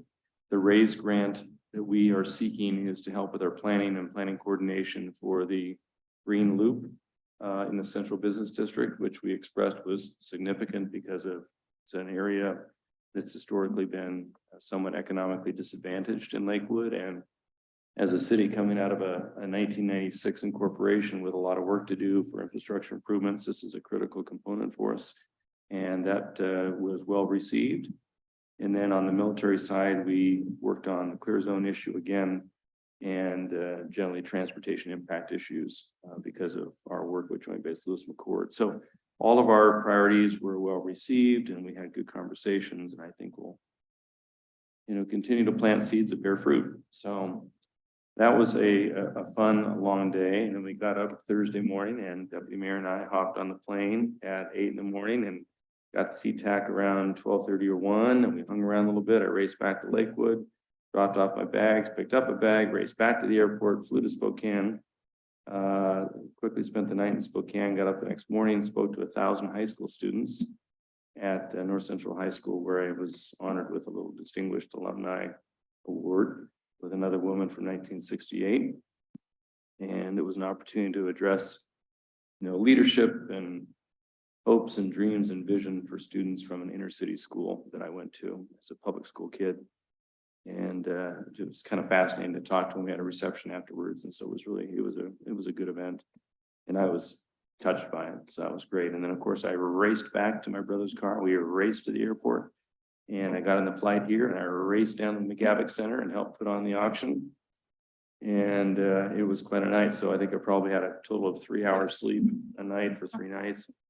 And I did the auction, and through the generous contributions of many, many folks, we grossed about $126,000. And the net will probably be 80 to 85,000, 28,000 of which was raised just for the Dolly Parton Imagination Library event. Raise the Paddle raised over $28,000. We had 2 people that stood up at $5,000 each for that particular program, which drives home the point that many people in this community, especially with the recent challenges with library services, people realize that the key to encouraging families to pull themselves up is to encourage early reading. Early readers, in my mind, are early succeeders, right? And if you were to raise a hand for all the folks in that audience who had the capacity to give to that level, you would say, how many of you were early readers? And I bet most of their hands would raise, right? And so it's a way to pull people up. And the people in this community, really stepped up and recognized that. So when it comes before council, I can tell you that Lakewood Rotary, I'm honored to be the president this year. Lakewood Rotary is stepping forward in a big way. to do this, and I assume we will likewise be supportive. It looks like we're gonna discuss it next week. Absolutely, Next it's on. week, next week's agenda, and at on that our point, agenda, yeah. that we'll discuss Mhm. what our. Yeah. ARPA. And what will happen either next week or the week after the study session, I have tasked one of the Rotarians who's leading up this committee to provide substantive information to the council about the number of children within the 2+ zip codes we're going to support, 98499, 98498, and the other one that's, I forget the one adjacent to JBLM, that has students in the Clover Park district. And there will be a recitation of what that cost is on an annual basis. They look for a 4-year period of support. And so the dollars will be projected out based on the number of students within the zip codes. And it's every student gets like a free book a month or a week or something like that. Again, they'll have all the details for you, but there seems to be some movement in the legislature. It's changing daily, whether the governor's allocation, there was going to be a match by OSPI. They were going to match like a 1-to-1 sort of deal. The state was going to come in with monies, and then the local jurisdictions like us, through a nonprofit like Rotary, were going to be the other part of the match. So more to follow on where the state is on that by the end of this week, whether it made it in the Senate's budget or the House or vice versa, and how that'll get reconciled. But hopefully there will be some significant state match as well. So anyway, it's a good project and people are on board with it. And I thank you guys for supporting it. It was a good event. Yep. House capital budget came out today. For us, really eventful, but uneventful because all of our parks requests were on there because they Good. did sufficient. We scored so high on those parks ones. The House version gives less money to the construction at Western State, which so I'm a little bit confused. I thought even the Senate version at 650 million, which is, by the way, I think the biggest single construct item in the capital budget. I thought 650 was not enough, but the House one came in at 615. That's great. Pretty good shape, and LASA was in both. Great. So That'll be good. And they were 460 last week, weren't they? Something like that. and our Fort Silicon Park one, which was an ask outside of the parks scoring ones. It's in both of them at the same amount, so 460 on both those, I think, on for LASA, and is it 309 or something for the? I think so. For the interpretive Yeah. trail. Mhm. So we're really in good shape right now, I think. Well, you know, and on that, I had, did I already tell you about this last week, or did it happen last week? It's all blur. Maybe I had a Zoom meeting with Representatives Levitt and Bernowski to talk about the police pursuit bill and our request that they be supportive of it. Even in its present iteration, it's not perfect. It's better. It doesn't include property crimes as our folks would like to be able to pursue. It's got a panoply of other crimes that the police officers will be able to pursue with reasonable suspicion as opposed to probable cause. But as we all know, property crimes tend to be the biggest issue right now, for which we see a lot of eludes, whether it's stolen vehicles or, other property crimes. So, more to follow on that, but at least we're making some inroads. You may have seen the TNT article or the op-ed that was in the paper, I think it was yesterday, that we all kind of reviewed and put some blessing on. So we'll see what kind of feedback we get on that. The art thing is Saturday. I don't see it popping up on our calendar. So would you mind sending that out again, Brianna? Just make sure the time is on there so it blips up on our calendar. As you've heard, I'm going to end with this so we can get out of here. As you've heard, there's been a little bit of social media fascination about one of the 200 slats or statements that were created by citizens and selected by the artist, not by any of us or the Arts Commission. And when when I read, you got the email tonight about all the different statements that went into that piece of art, and I get it if there's some insensitivity and some objection to that particular statement, which is going to be removed.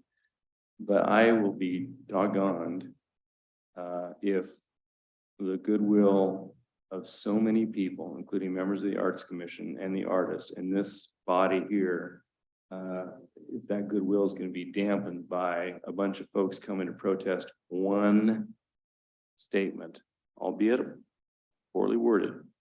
But there are a lot of positive statements about this community that were reflected, and you get no press on that.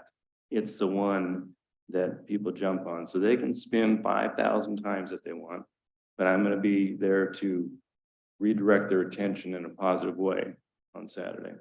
And if you want to be there with me to hear me redirect their attention, I welcome you to show up to the party. So that's what I have to say about that. Is there any other comments? We're adjourned. Oh, you have something, Ms. Kraus? Yes, I just wanted to let you know that for the next council meeting, we were tentatively scheduled for the Dolly Parton Imagination Library review. That Great. has been postponed till April 17th because we're still pulling materials together. Perfect. Yeah, there's no rush, so it's good to do it right. Thank you. Okay, ladies and gentlemen, we're adjourned. Thanks.